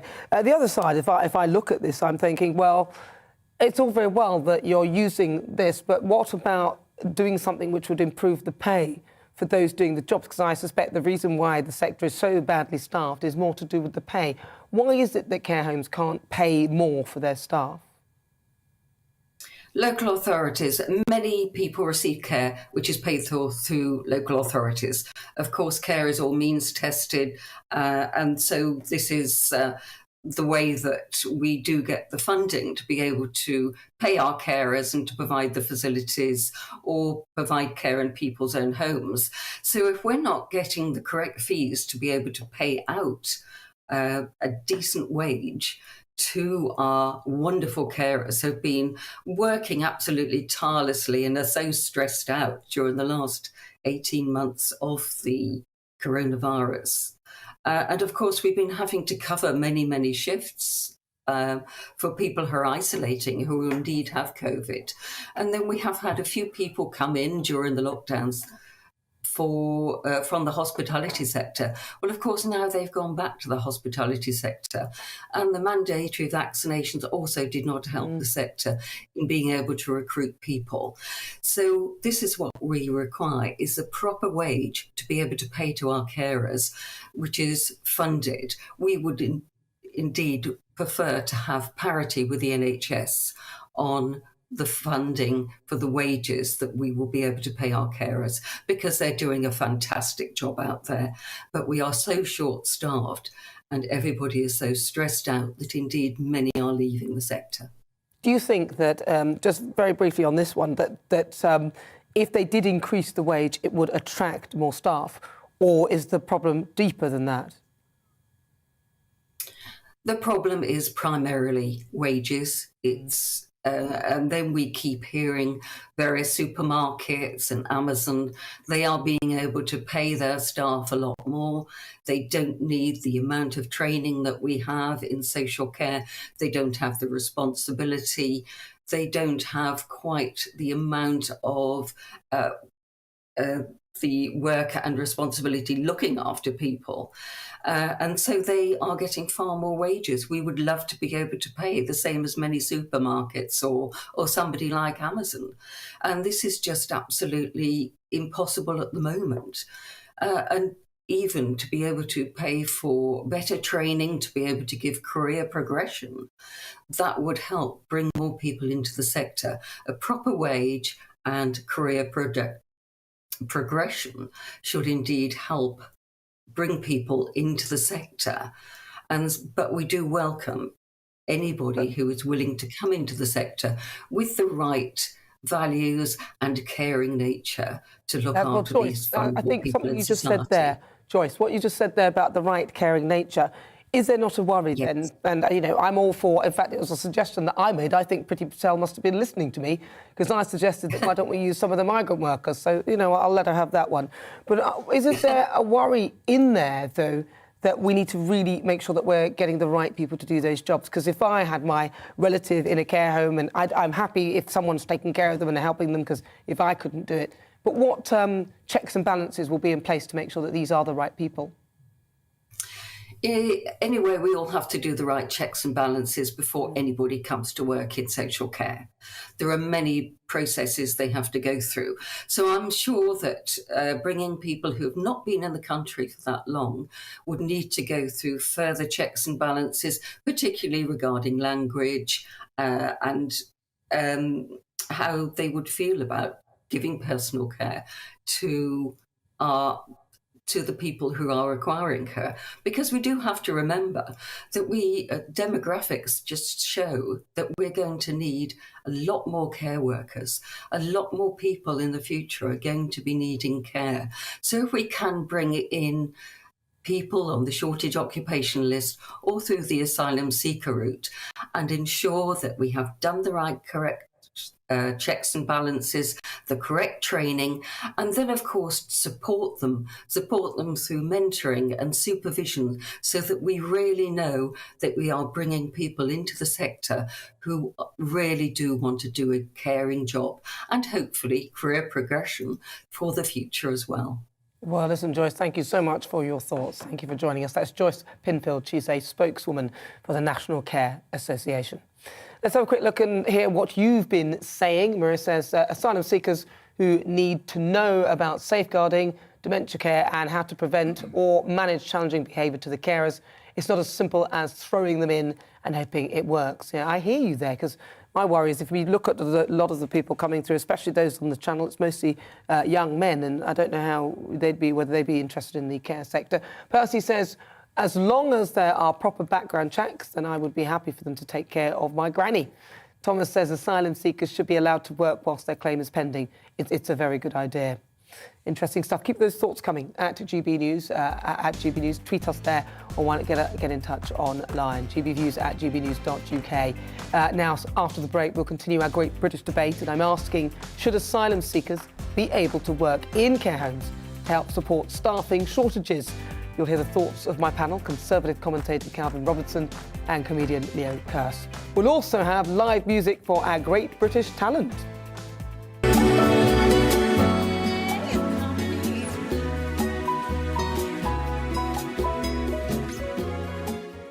Andrew Black will perform live in the studio. But first, let's get your latest news headlines.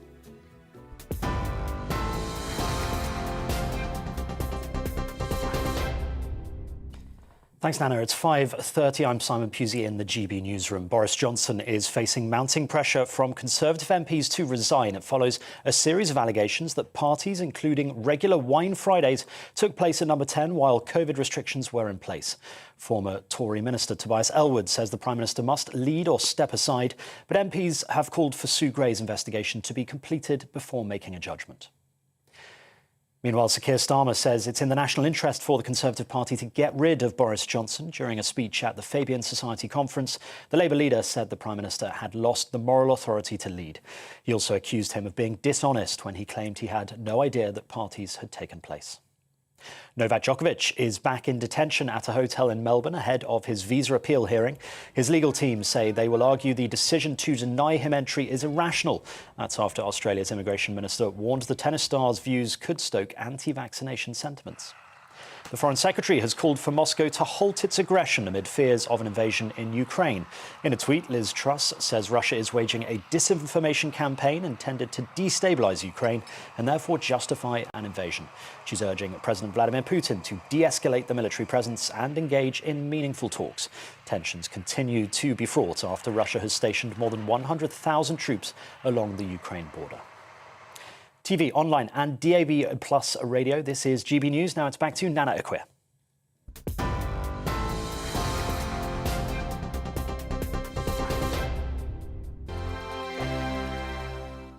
Hello there, I'm Eamon. And I'm Isabel. And you're watching the GB News digital stream across the United Kingdom. And around the world.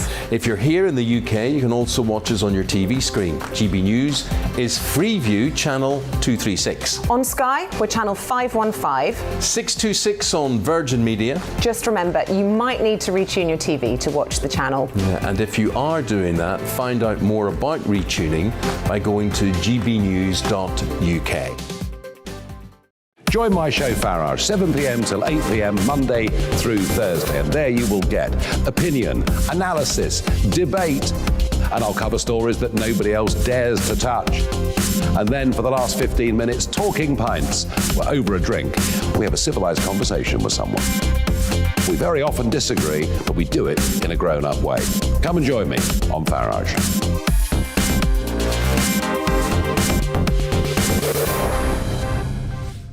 Dan Wootton, join me Monday to Thursday from 9 to 11 for the feistiest and most fun news debate on TV, where free speech reigns. I'll bring you a sharp take on the day's biggest stories, bombshell newsmaker interviews, and A-list guests.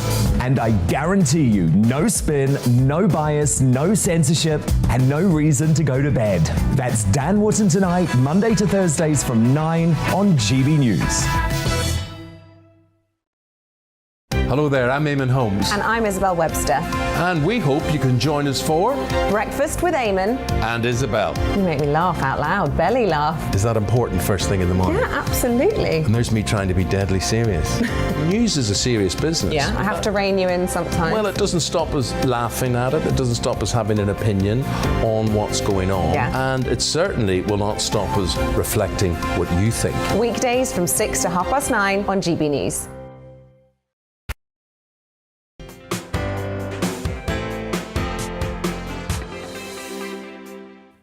It's fast approaching 35 minutes after 5 o'clock. I'm Nana Akua. This is GB News on TV and on digital radio. So back to our Great British debate this hour. I'm asking, should asylum seekers plug the care sector staffing gap? The Home Secretary Priti Patel said that asylum seekers who've waited over a year for a decision on their case can now work in care homes. But is this the right way to end the sector's worker shortage? And could they fill the gap in other professions? So let's see what my panellists think. I'm with comedian Leo Kearse and Conservative commentator Calvin Robinson. Calvin, OK, so we're making asylum seekers useful and using them so that they will be involved in things like working in the care sector. This doesn't look good on your face. What do you say? Absolutely not. You don't think for so long we've been saying, hey, come to this country illegally, you get free benefits, you get this and that and the other. Now we're saying, come to this country illegally, you're guaranteed a job. It's absolutely outrageous. First of all, you have to be trained to be a care worker, serious training. It's a vocation, it's a calling. It's not just a job that anyone can rock up and do. Secondly, you need experience. But thirdly, and possibly most importantly, you need DBS checks, criminal background checks. Do a lot of the people that are coming over those borders have any paperwork at all? Never mind. In fact, they're actually committing a crime most of the time, aren't they, by crossing the border illegally? Well, not all of them are at the minute are coming here illegally. What do you think? Well, yeah, I've got a bit of an issue with what Calvin's saying, because he's saying they're coming here illegally. No, they're seeking asylum. Not all of them. This is well, not all of them. That's what the asylum process. On the news bulletins we've been watching today, all those chaps jumping off the boat, you think they're all coming here to seek asylum? You think men can't be victims of like a brutal regime? Do you genuinely think that most people who are coming over here are coming over here? Well, I think that's what the system is for. What has happened to you, Leo? Who the hell is this? God, get out! No, we've been funding instability and bombing countries. Oh my gosh! And then, people want to get out of Syria. Okay, or but Iraq a lot of them, or a lot of people aren't coming. I mean, Wales. Wales. But a lot of people aren't. Yeah, a lot of people though. If you look at the actual, if they look at the demographic and where they're coming from, a lot of people aren't actually coming from the countries that necessarily that we have bombed or got involved in some action with. And actually, if we keep going further back, you could probably find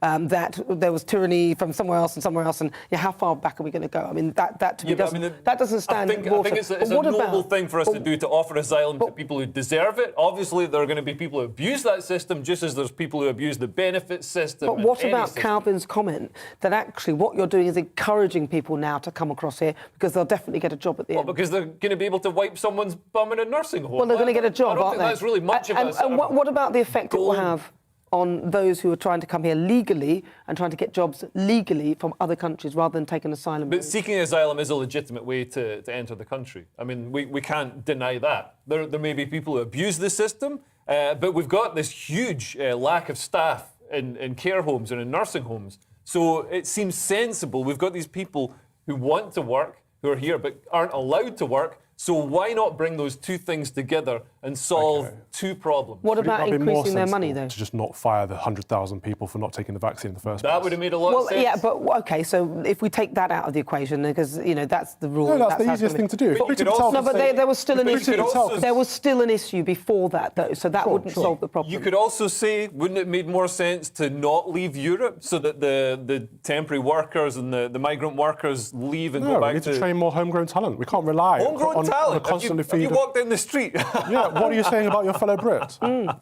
I'm saying a lot of Brits don't want to do these jobs. They see them as beneath them. No, and we've it's got a because they're not benefit being... system, so they'd rather sit inside, sponging off the taxpayer Well, listen, than get a job. Leo, some might do that, but as Joyce said, and she works in the care sector, she said I asked her specifically, what if they increased the wages? Would that attract more staff? And she said yes. So this issue isn't obviously, that... if you increase pay, it's going to Well, attract not more obviously, staff. but they're not being paid properly, The are problem they? is that pay comes from my taxes, and I don't want it to go up because I want to pay less tax. I think it should go down. But then... And we should just get asylum seekers to do everything in the public sector. Oh, that's interesting, isn't it? Well, I presume he's joking, but of course the show's nothing without you. We can let one of a go at being Prime Minister at least. Well, I suppose, but you were never that funny anyway, so I don't know. I'm teasing you. Right, so let's welcome on some of our great British voices, your opportunity to be on the show and tell us what you really think about the topics that we're discussing. So joining me now is Ali Miraj. Ali, do you think that asylum seekers are the right people to fill the gaps in the care sector? Well, potentially there is an argument that you can make, given the shortage that we have, 40,000 people, a shortage in the care sector right now. We do need to try and find people from somewhere. But I think there has to be a balance, has to be struck. At the moment, you've got a situation where there are about over 50,000 people that have been waiting for their asylum application to be processed for longer than 6 months. Those people could be used. And there are about 1,000 people, over 1,000 people that have been waiting over 5 years for their applications to be processed. So I do think there could be a use. I think that Calvin makes one point about this pull factor. So that is something that needs to be considered quite carefully, because you do not want to be giving the green light to loads of people to just try and come over and abuse the system. But whilst they are waiting, if appropriate checks are done, given the shortage that we have, and also given the fact that it is a vocation, as Calvin says, it is not for everyone. Having got some experience of this sector myself with some certain relatives of mine, not everyone is suited to do it. So you don't want people running around caring for the elderly who've got no desire or skill or empathy to do that job. It is a vocation and it is a caring profession. So I think there are some merits. And at the end of last year, David Simmons, a Tory MP, along with cross-party a group of Liberal Democrats and Labour MPs as well, wrote an open letter saying that the government should consider allowing asylum seekers to work in the care sector while they're here to try and fill that gap. Yeah, Ali Miraj, thank you for that. Very succinct and a very interesting view as well. Now, today we're asking, should asylum seekers plug the care sector staffing gap? And lots of you have been getting in touch with your views. Yvonne says, what we need is genuinely caring people in the care system. If the asylum seekers are them, then fine. I'm not sure, Steve says, I'm not sure about them working in care system. But how about other unskilled professions where there are massive shortages? Yeah, true, I hear you, but with, lorry drivers and things like that, yes, but then you're giving somebody a very dangerous vehicle to be driving around. I don't know, it's tricky, isn't it? Poppy says, personally, I really wouldn't be happy with people whose applications are still pending, looking after my grandparents. At that point, we still don't know enough about them. So that's what a lot of people are saying on this, others are actually saying. Well, why is the process taking so long? Why are people waiting 5 years for an answer? Either give them an answer or send them back, surely. Yeah, the asylum system seems to be broken. I mean, I thought the DVLA were bad. They take 6 months to change your address, but the asylum system taking 5 years to process an application, that's ridiculous. It is ridiculous. Well, it's time to meet. So keep your thoughts coming. We love to hear them. Keep them coming at GB News. Right, it's time to meet this week's great British talent. It's the part of the show where we talk to the best and brightest artists and musicians that Britain has to offer. And this week, it's someone who's been in music, and her music has been described as timeless and honest. She's also played at Glastonbury and the European festivals. I'm pleased to say that Andrea Black joins me now. Andrea, welcome. Thank you very much. So, Andrea, talk to me a little bit about you and also your latest album. Well, it's taken some time to get to the album that I'm promoting now and that I've made, Harvest Gold.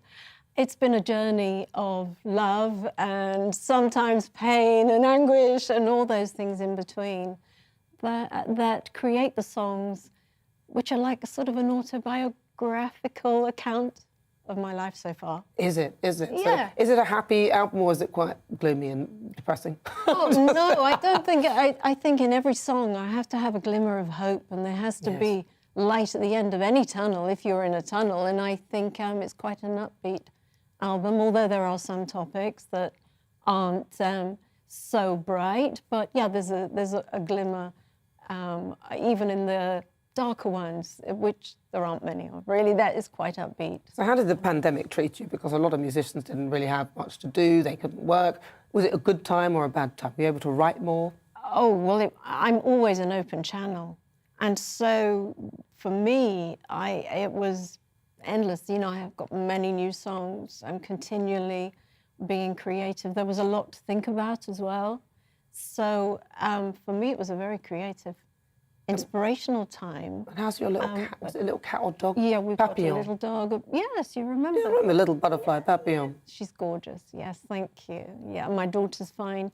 There were elements, of course, you know, not meeting people and all the things that everybody went through. And I think in songs, you know, when it comes from my heart and my soul, then that they're probably the best songs. Best songs that come out. So this newest song that you've got, what's it called? And give us briefly what the inspiration behind it was. Well, I spent some time ago in the States, and a lot of my songs are reflective of other times, with the hindsight of now.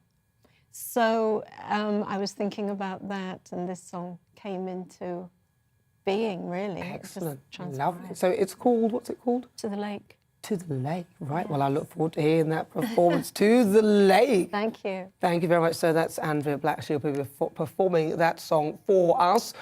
She's going to be staying with us and be doing that for the end of the show to play us out. But now it's time for our quick fire quiz as I test my panel on some of today's other stories.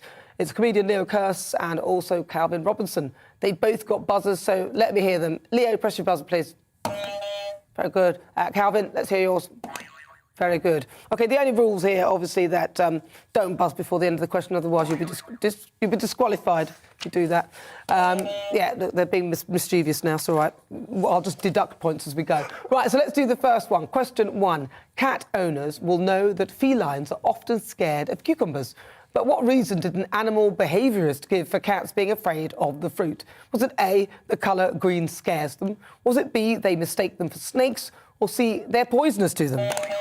Let's see what's the answer. Yeah, I don't know who went first. Who was it? Me. It was you. Yeah. All right, then go on. Snakes.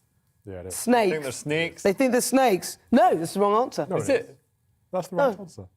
Oh, it's the right answer. I like how we can now just... Well, I mean, I just wanted to change the thing just because I don't want you to win again. Yes, cats are instinctively wired to avoid snakes and mix them up with cucumbers, so owners have been warned not to approach them from behind with a cucumber as it could result in injury. Interesting stuff. I know what not to do now. Leo, what's your biggest fear? Go on, tell us. This quiz. Is that right? No. You always win, don't you? I'm scared of heights and socialism. Is it? Your biggest fear, Calvin? You're a socialist, aren't you? He is, after what he's just said earlier. Socialist? After what you just said, you are. You really? Yeah. Are you scared? I'm scared of moths, actually. Let's do question 2. Yeah, I hate them. I hate the way they puff up when you kill them as well. They turn into eyeshadow. They're horrible. Question 2. A forager badger has recently discovered a haul of old Roman coins in northwest Spain. But how many coins did it find? Nearest answer wins. So go for it. How many coins did they get found? Go on, you can go first. 180. 180. 180! 181. 181. Calvin, you win it. 209. The answer is 209. A badger foraging for food discovered a haul of over 209 Roman coins. Local residents stumbled on it along with archaeologists who were visiting the cave where the coins were found. Calvin, so what's the biggest treasure that you ever found? Probably nothing, I should imagine. I don't know if I found any treasure. Imagine you've ever found a treasure. Have you ever found anything, Leo? Yeah, my fiancée. Oh. Solid gold. Oh. Well, you should have perhaps said platinum. I mean, that's slightly better. But anyway, question 3. What did a major energy provider send to their customers to keep them warm this winter? Was it A, socks? Was it B, woolly hats? Or was it C, mittens? Yes, Calvin. Woolly hats? I'm afraid not, Calvin. You had a chance there. What do you think it was? Was it mittens? No, wrong. There's no points awarded here. It's socks, actually. You're totally wrong. Why not just give them more energy? Yeah. Well, you're wrong anyway, so that's all I can say. Stop being dependent on Putin. Well, no, Eon Energy said it was incredibly sorry after sending a pair of socks to roughly 30,000 households. Cheek. They were branded with advice to turn heating down to help reduce carbon emissions. That's awful. God. Leo, was that a good idea? No, it's a terrible idea. Stop trying to, and this is going out to people who literally, they're going to see like a 50% rise in their energy bills. Awful. And to do this in their face, that's so snide. Have a pair of socks. And particularly with the carbon emissions thing, because a lot of the reason the energy bills are rising is because of this focus on green energy. So we're dependent on natural gas from Russia. We've closed our own coal-fired power stations. We've closed our nuclear power stations, and we're dependent on wind. All right, yeah. Russia is the problem. Stop yourself there, right? Yeah. OK, question 4. What's been named as one of the best things to visit in Essex on TripAdvisor? Is it A, a sugar hut, the nightclub that is made famous by The Only Way is Essex? Is it B, potholes, or C, Southend Pier? It's got yes, to be Calvin. The Only Way is Essex nightclub. No, Calvin, it isn't. You're wrong. What do you think it is? Is it Southend Pier? No, it's not. It's potholes. What? I know. All right, I think we can do the final question. Yes, potholes have been named one of the best things to see in the town in Essex. Reviewers say that the road defects are life-changing and save tourists money on paid attractions. So what's the worst pothole you've ever hit?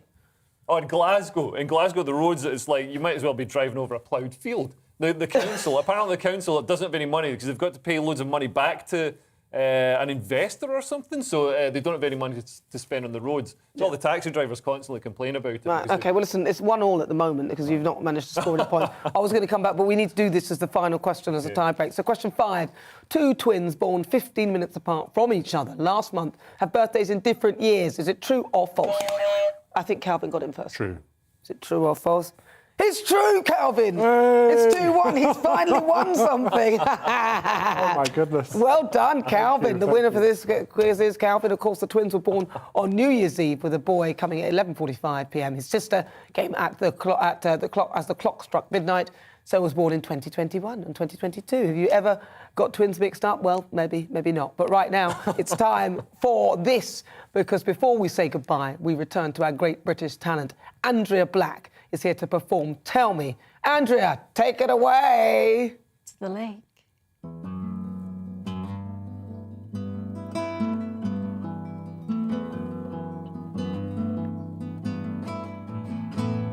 I'm making a reservation. I'm laying down the law. Could be a good meeting once I'm inside the door. I fluff my Hollywood charms, my heart became twisted. I crave to be a geisha girl, seems less complicated. I'm making a reservation, celebrating the ends of the day, and I'm drifting out of my comfort zone, throwing the precious stones into the lake. And I'm throwing the precious stones into the lake, to the lake.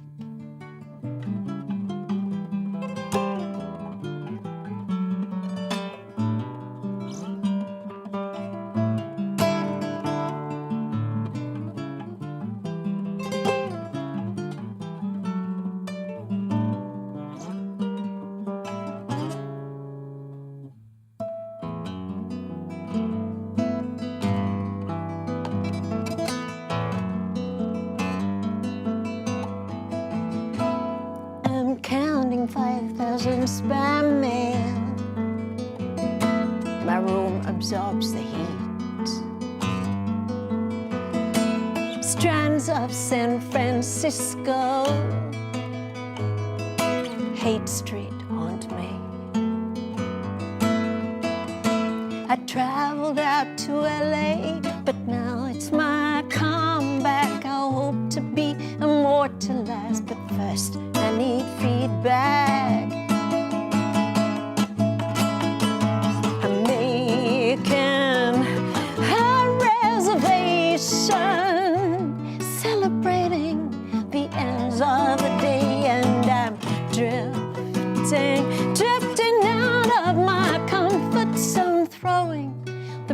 precious stones into the lake.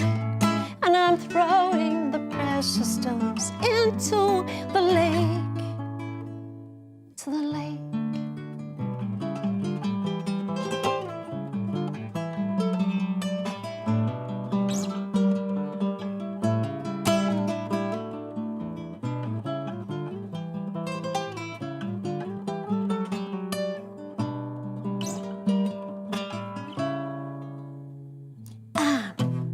Making a reservation, celebrating the ends of a day, and I'm drifting out of my comfort zone, throwing the precious stones into the lake. And I'm throwing the precious stones into the lake. To the lake.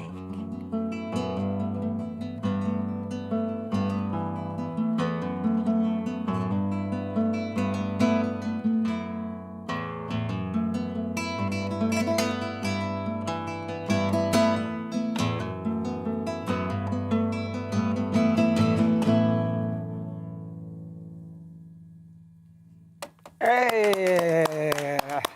Thank you. Very good. So that is Andrea Black. That track, To the Lake, was that one? To the Lake. So it wasn't Tell Me, it's a different song altogether. It's a different song. But where Yes. can people find out about you if they want to get in touch and find out your music? Where will they find you? They can find me at andreablack.com, and if they just Google Andrea Black, they'll see You'll be the albums first one. and everything, and contact me through Facebook and Instagram. Always happy to hear from people. Lovely. That is Andrea Black, great British talent. If you've got a talent, you can get in touch with us at GBNews and talk to us about your brilliant talent. We can maybe get you to perform here in the studio. It's got to be an acoustic set. That's the only thing we require. To say thank you very much to my fabulous superstar panel. Calvin Robinson, did you like that? To the Lake? Can you play guitar like that? Do you?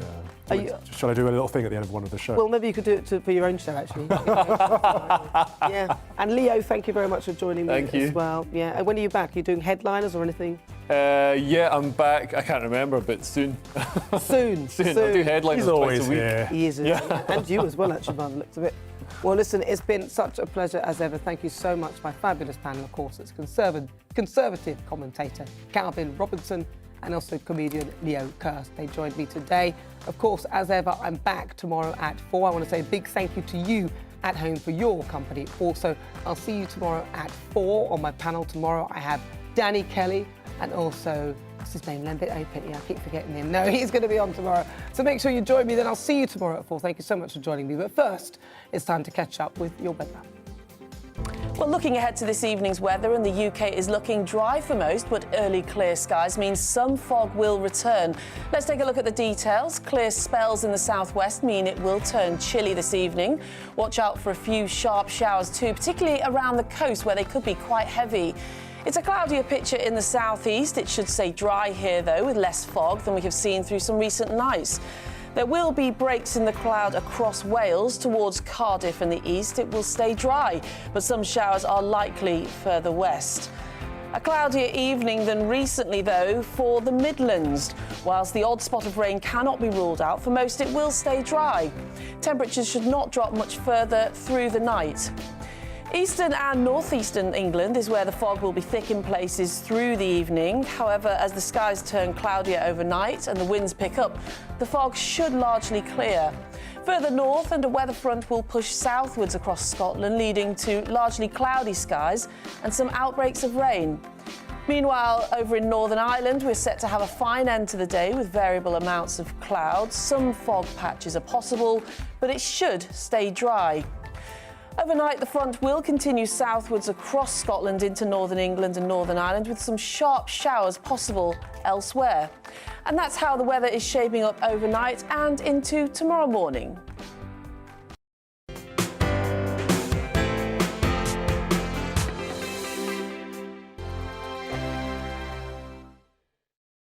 Hello there, I'm Eamon. And I'm Isabel. And you're watching the GB News digital stream across the United Kingdom. And around the world. If you're here in the UK, you can also watch us on your TV screen. GB News is Freeview Channel 236. On Sky, we're Channel 515. 626 on Virgin Media. Just remember, you might need to retune your TV to watch the channel. Yeah, and if you are doing that, find out more about retuning by going to gbnews.uk. Join my show Farrar, 7 p.m. till 8 p.m. Monday through Thursday, and there you will